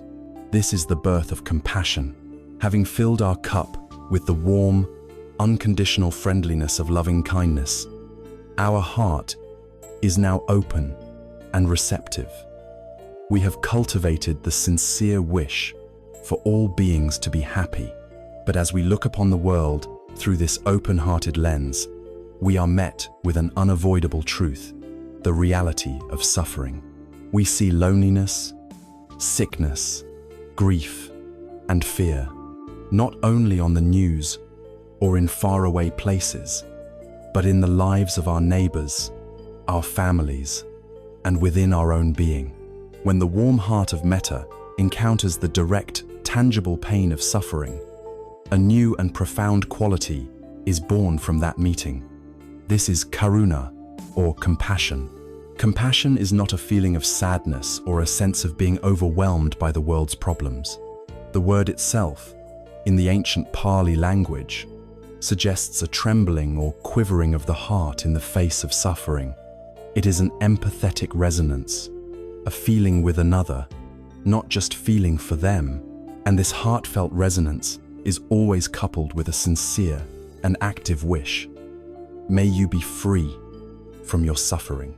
If loving kindness is the gentle sun that wishes for all flowers to bloom, compassion is the cool, soothing rain that falls on a parched and wounded land, seeking to ease its pain. It is the heart's direct and active response to the presence of dukkha. It is essential to distinguish true compassion from its near enemy, pity. Pity looks down from above. It creates distance. When we feel pity, there is a subtle sense of superiority, a voice that whispers, "Oh, that poor person. I am so glad I am not in their position." Pity reinforces the ego and the illusion of separation. Compassion, on the other hand, arises from a sense of our shared humanity. It looks across at another being and recognizes, this suffering could be my suffering. This pain is a part of our shared condition. We are in this together. Pity says, you are suffering. Compassion says, there is suffering here. It dissolves the boundary between self and other and arises from a place of genuine connection and empathy. Yet, this powerful wish to alleviate suffering must be guided by wisdom. There is a concept in modern Buddhism known as idiot compassion. It refers to a compassion that is blind, that lacks the guidance of discerning wisdom. It is the well-intentioned, but ultimately unskillful desire to prevent any and all suffering, which can sometimes lead to even greater harm in the long run. The parent who, out of a desire to see their child never unhappy, shields them from every challenge and disappointment, is practicing idiot compassion.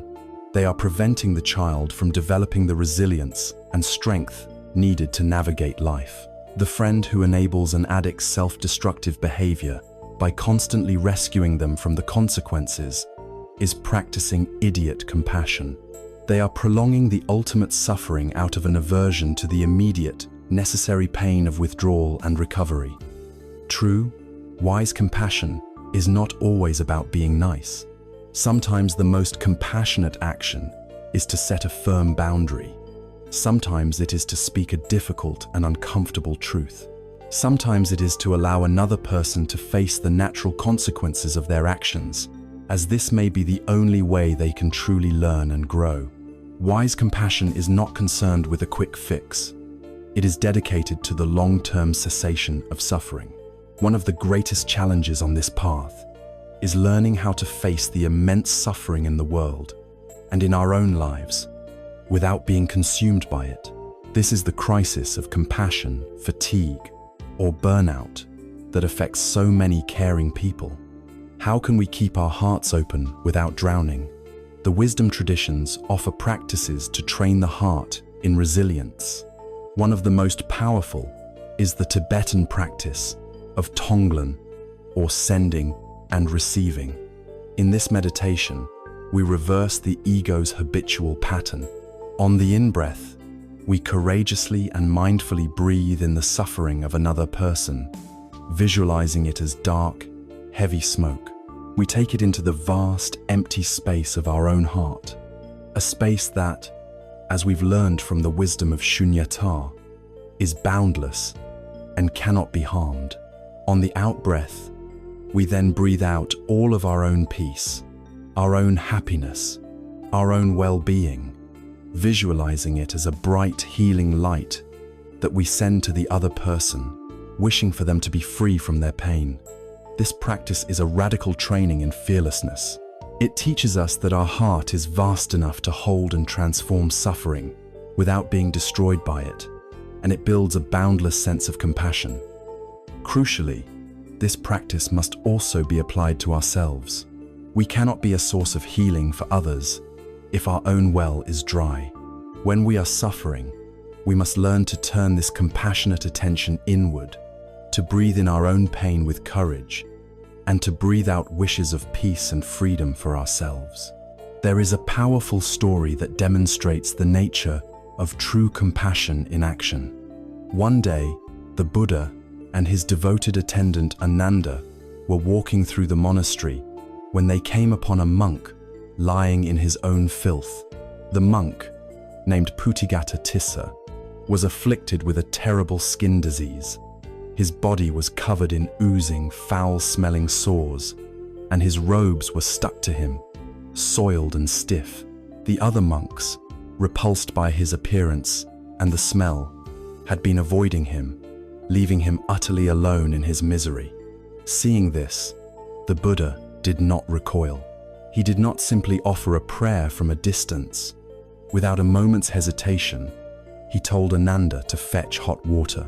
The Buddha himself, the fully enlightened teacher, knelt down and began to gently wash the sick monk's body with his own hands.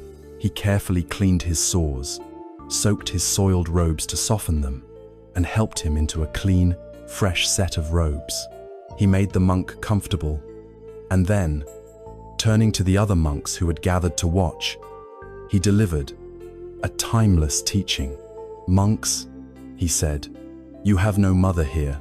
You have no father here to take care of you. If you do not take care of each other, then who else will?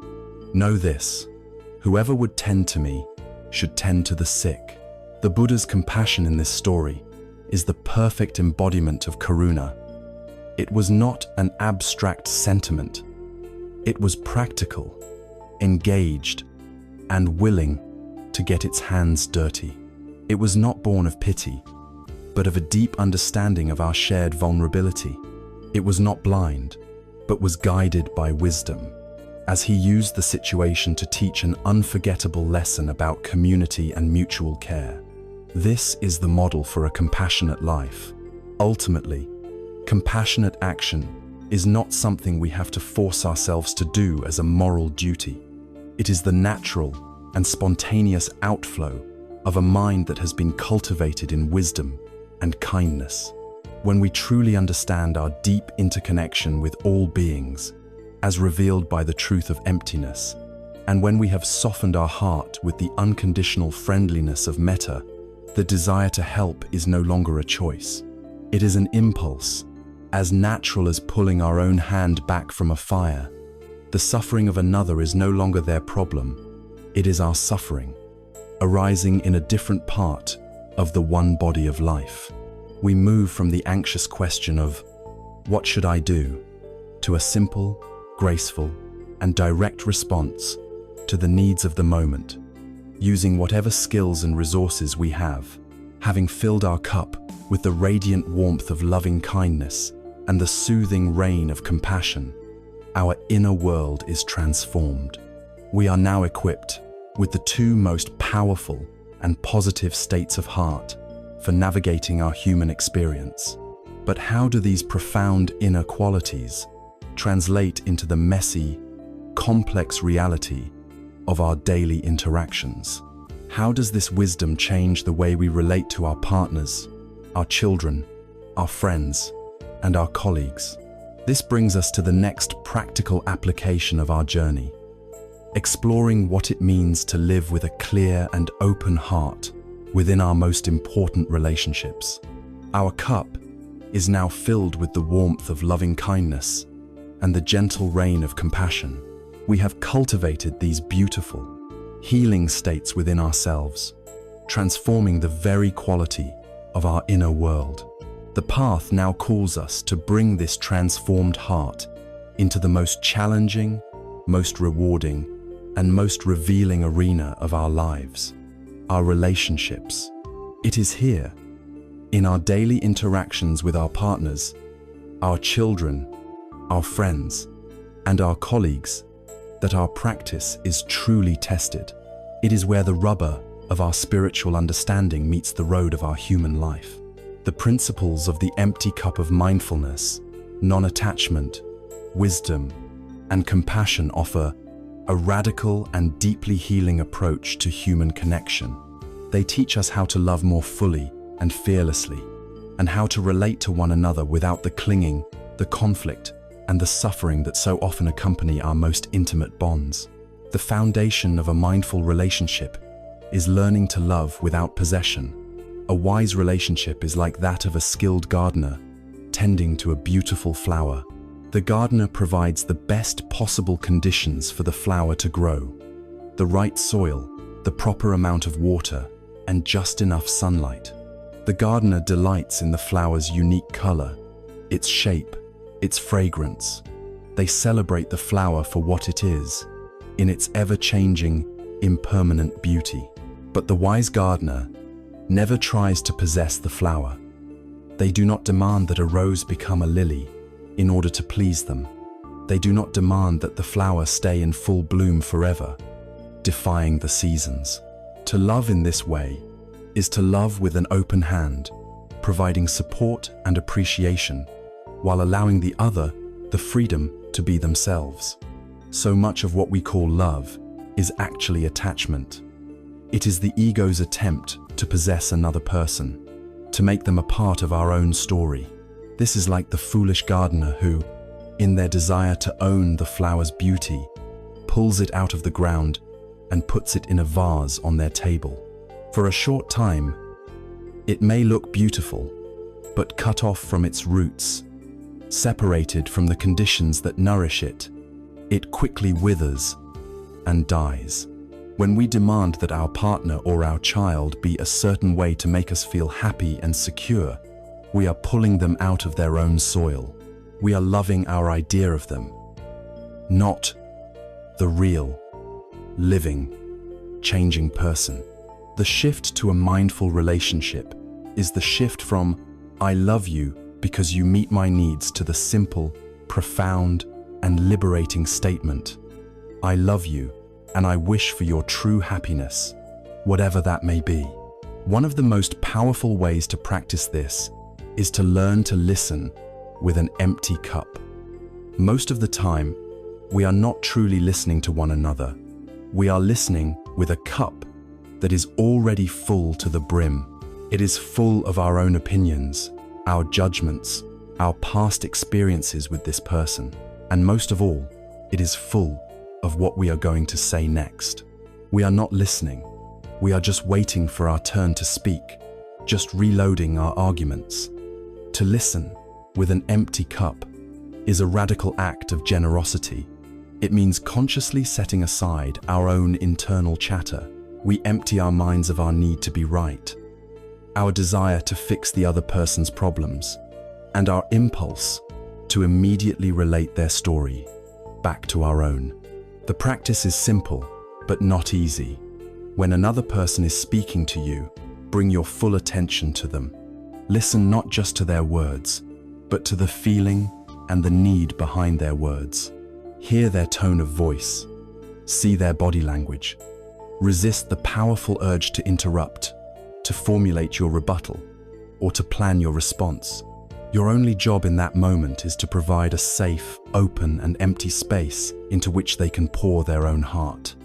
You will be astonished at how this simple practice can transform a conversation. To be truly heard, without judgment, is a profound human need. It is one of the greatest gifts of love we can ever offer another person. Conflict, of course, is an inevitable part of any close relationship. But here too, the empty cup approach offers a path away from escalating drama and toward mutual understanding. The ego's approach to conflict is to see it as a battle to be won. The cup is full of defensiveness. We marshal our evidence. We make accusations. We point out the other person's flaws, all in an attempt to prove that we are right and they are wrong. This approach only ever leads to deeper wounds and greater distance. A mindful approach to conflict begins with turning our attention inward. We use our mindfulness practice to notice the signs of our own reactivity, the racing heart, the tightening in the stomach, the angry thoughts, and we take a breath, creating a space, so we are not immediately hijacked by them. We then practice right speech, expressing our own feelings using I statements, such as "I feel hurt when this happens," rather than you accusations, like "you always do that." And we commit to listening with an empty cup to their perspective, to truly try and understand how the situation feels for them, even if we do not agree with it. The goal is no longer to win the argument. The goal becomes to understand the shared problem and to preserve the loving connection. Ultimately, this way of relating is about creating the space for others to be authentically themselves. Just as the gardener creates the right conditions for the flower to unfold into its own unique and beautiful form, we can learn to create an atmosphere of acceptance and trust in our relationships. This means letting go of our projections. So often, we fall in love not with a real person, but with an idea or an image we have projected onto them. Then we spend years feeling frustrated and disappointed when they fail to live up to our fantasy. To love with an empty cup is to be willing to see the person who is actually there, in all their complexity, with all their strengths and all their flaws. It means allowing our loved ones the space to change, to grow, and to evolve, even if it is in directions we did not expect. It is celebrating their unique being, rather than trying to mold them into a more comfortable shape for our own ego. This kind of love, based on freedom and acceptance, is deeply nourishing. It allows for a true partnership, where two whole, independent individuals choose to walk their path together, supporting and celebrating one another, rather than two needy halves trying to complete each other.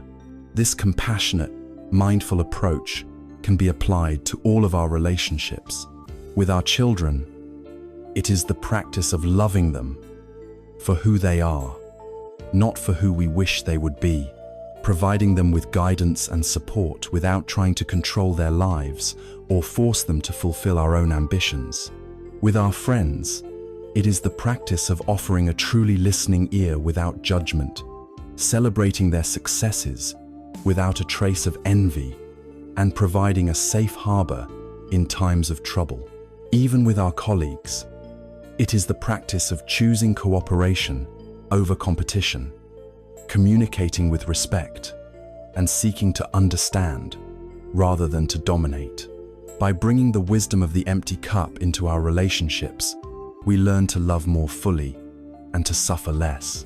We become like the wise gardener, tending to the precious people in our lives with gentle care, delighting in their unique beauty without the anxious need to possess or control. This way of relating, however, is not a static goal to be achieved once and for all. It is a continuous, moment-to-moment practice.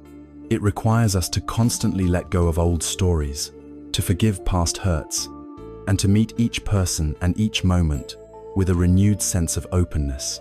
But how do we maintain this freshness? How do we keep our practice from becoming just another stale concept in our minds? This requires us to cultivate the final, essential quality for our journey: the open, curious, and ever receptive attitude of the beginner's mind. We have learned to bring the spaciousness of our empty cup into the heart of our relationships, transforming them from potential arenas of conflict into gardens of mutual care and understanding. This practice, like all the others on the path, is not a final destination to be reached, but a continuous, moment-to-moment unfolding.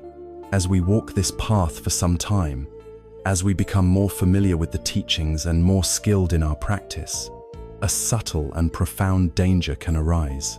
Our cup, which we have worked so diligently to empty of its old, mundane clutter, can begin to slowly fill up again.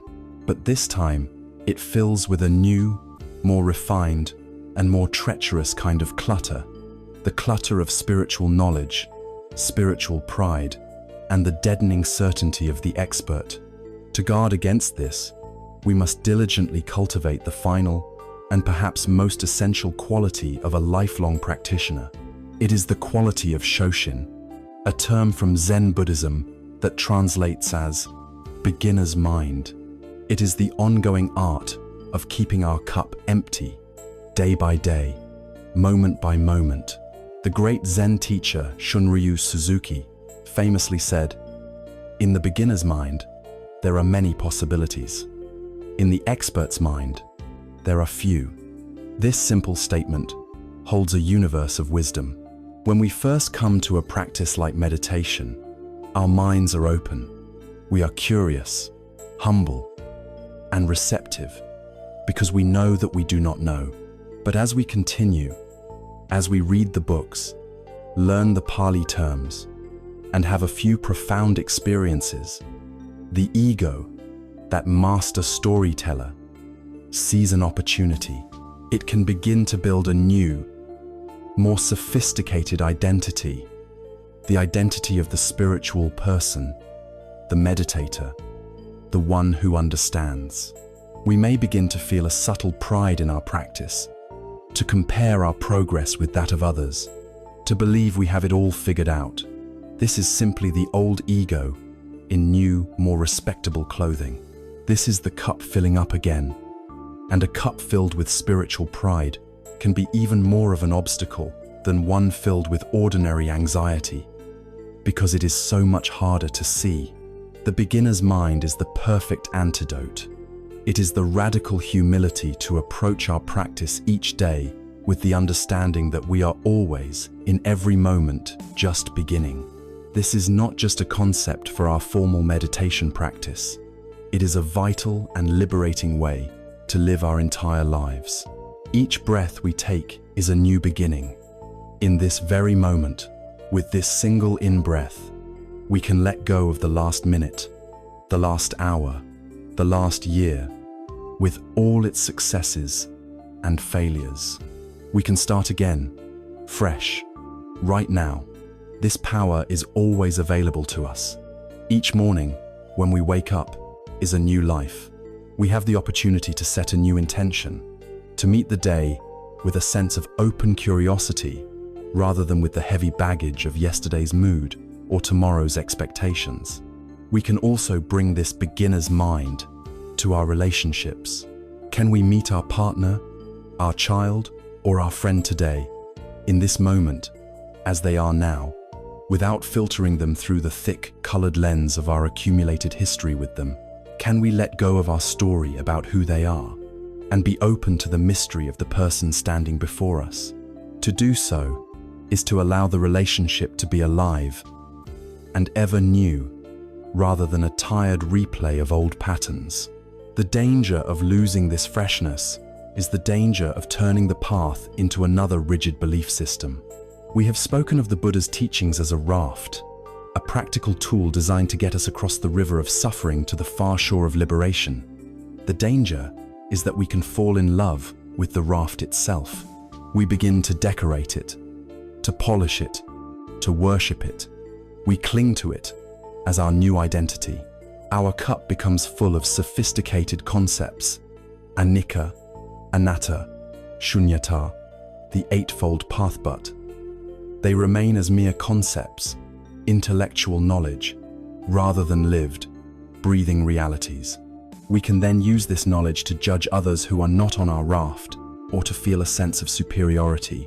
This is a profound misunderstanding of the path. The purpose is not to have a cup brimming with Buddhist ideas. The purpose is to have an empty cup, a mind that is open, receptive, and free from all dogma, including Buddhist dogma. A mind that is ready to experience reality directly, without any filter at all. To cultivate this, we must learn to embrace the beauty of not knowing. Our modern culture places an enormous value on certainty, on having the answers, on being an expert. We are often uncomfortable with admitting, "I don't know." But the beginner's mind sees the state of not knowing not as a weakness, but as a gateway to wisdom. When we think we know everything about a subject, we stop being curious, we stop learning. Our mind becomes closed. When we are comfortable with not knowing, our mind remains open, inquisitive, and full of wonder. Think of how a small child looks at a ladybug crawling on their hand. They are not burdened by the label ladybug or by entomological classifications. They are simply in a state of direct, intimate, and awe-filled experience. Beginner's mind is a return to this way of being, a way of shedding the heavy coat of our accumulated knowledge, so that we can once again touch the world with a sense of wonder. There is a story of a student who came to a revered Zen master, a man who had been practicing and teaching for over 60 years. The student asked him, "Master, you are a source of such profound wisdom for so many. What is the secret to your great attainment?" The old master smiled, a deep and genuine smile. "There is no secret," he said. "Every morning when I wake, the first thought I have is, I know nothing. Every time I sit on my meditation cushion, I am a clumsy beginner, just learning how to watch my breath for the very first time. Every person I meet throughout my day, from the wisest scholar to the smallest child, is my teacher, showing me something I do not know. My only practice is to remain a beginner." The master's great wisdom did not come from a lifetime of accumulating knowledge. It came from a lifetime of learning how to let it go. His cup was always empty, and therefore, it was always ready to receive the universe anew in every single moment. The path is not a linear progression from beginner to expert. The path is the constant, humble, and joyful return to the beginning. And so, our long and detailed journey through the many steps of emptying our cup culminates in this simple, profound, and ongoing practice of the beginner's mind. It is the master key that keeps the cup from ever filling up again with the dust of certainty and the rust of pride. We have traveled far. We began with a diagnosis of our modern anxiety, the state of the overflowing cup. We peered inside to identify the flavors of ego and attachment, of craving and aversion. We learned to use the tools of the Eightfold Path to steady our hands and to see with clarity. We have intentionally filled our hearts with the warmth of loving kindness and the coolness of compassion. And now, we see that the path does not end at a fixed destination, but rather, it continues with every single step we take, as long as we take it with the fresh and curious eyes of a beginner. Let us now take a moment to look back upon this entire journey, to summarize its essential lessons, and to embrace the sense of empowerment it offers us as we move forward, cup in hand, into the mystery of our own lives. Our journey began with a simple, familiar image, a cup overflowing with the anxieties and pressures of modern life. We felt the strain of a mind filled to the brim, with no space left for peace or joy. We have traveled a great distance since that first moment of recognition. We had the courage to look honestly into our own cup, to identify the bitter tastes of the ego's story, the sticky residue of attachment, and the hot steam of our endless craving and aversion. We examined the cup itself and saw that it was marked with the fine cracks of impermanence, a truth that at first seemed frightening, but which we came to see as the very source of our freedom. Then, with patience, we began the gentle work of emptying. We discovered the raft of the Noble Eightfold Path, a practical and compassionate guide for our journey. We learned to steady our hands and clear our vision through the practices of mindfulness and concentration. We learned to align our actions with our hearts, to move through the world with integrity and harmlessness.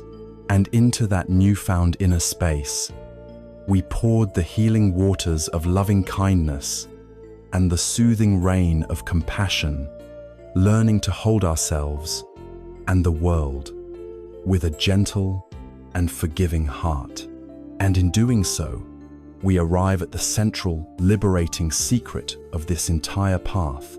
We may have begun this journey hoping to find something, a magic elixir, a secret teaching to finally pour into our cup that would make us happy. We have discovered, instead, that peace is not an acquisition, it is a subtraction. It is not something we add to our lives, but something we uncover by gently removing all that is not essential, all that is not truly us. The peace we seek was never in some future destination. It was here, all along, obscured beneath the clutter. The peace we seek is the empty space inside the cup. It is the silence that was always present beneath the noise of our thinking. It is the stillness of the lake that was always waiting for the winds of our reactivity to cease. This journey does not end here, with the end of these words. You are the one holding your cup. You are the gardener of your own heart. Life will never stop offering things to pour in challenges and joys, sorrows and surprises. But you are no longer a helpless recipient of this process. You now have the tools. You have the anchor of your own breath, which is with you in every moment. You have the wisdom to see your own thoughts without being enslaved by them. You have the boundless capacity of your own heart to generate kindness and compassion for yourself and for others. And you have the humility of the beginner's mind, the key which allows every moment of your life to be a fresh start. The art of keeping the cup empty is not a grand, one-time overhaul. It is a gentle, daily practice, as simple and as vital as sweeping the floor of a home you love, one mindful breath at a time, one kind word at a time, one moment of spacious, open, and loving awareness at a time. This is the path, and it is available to you, right now, in this very moment.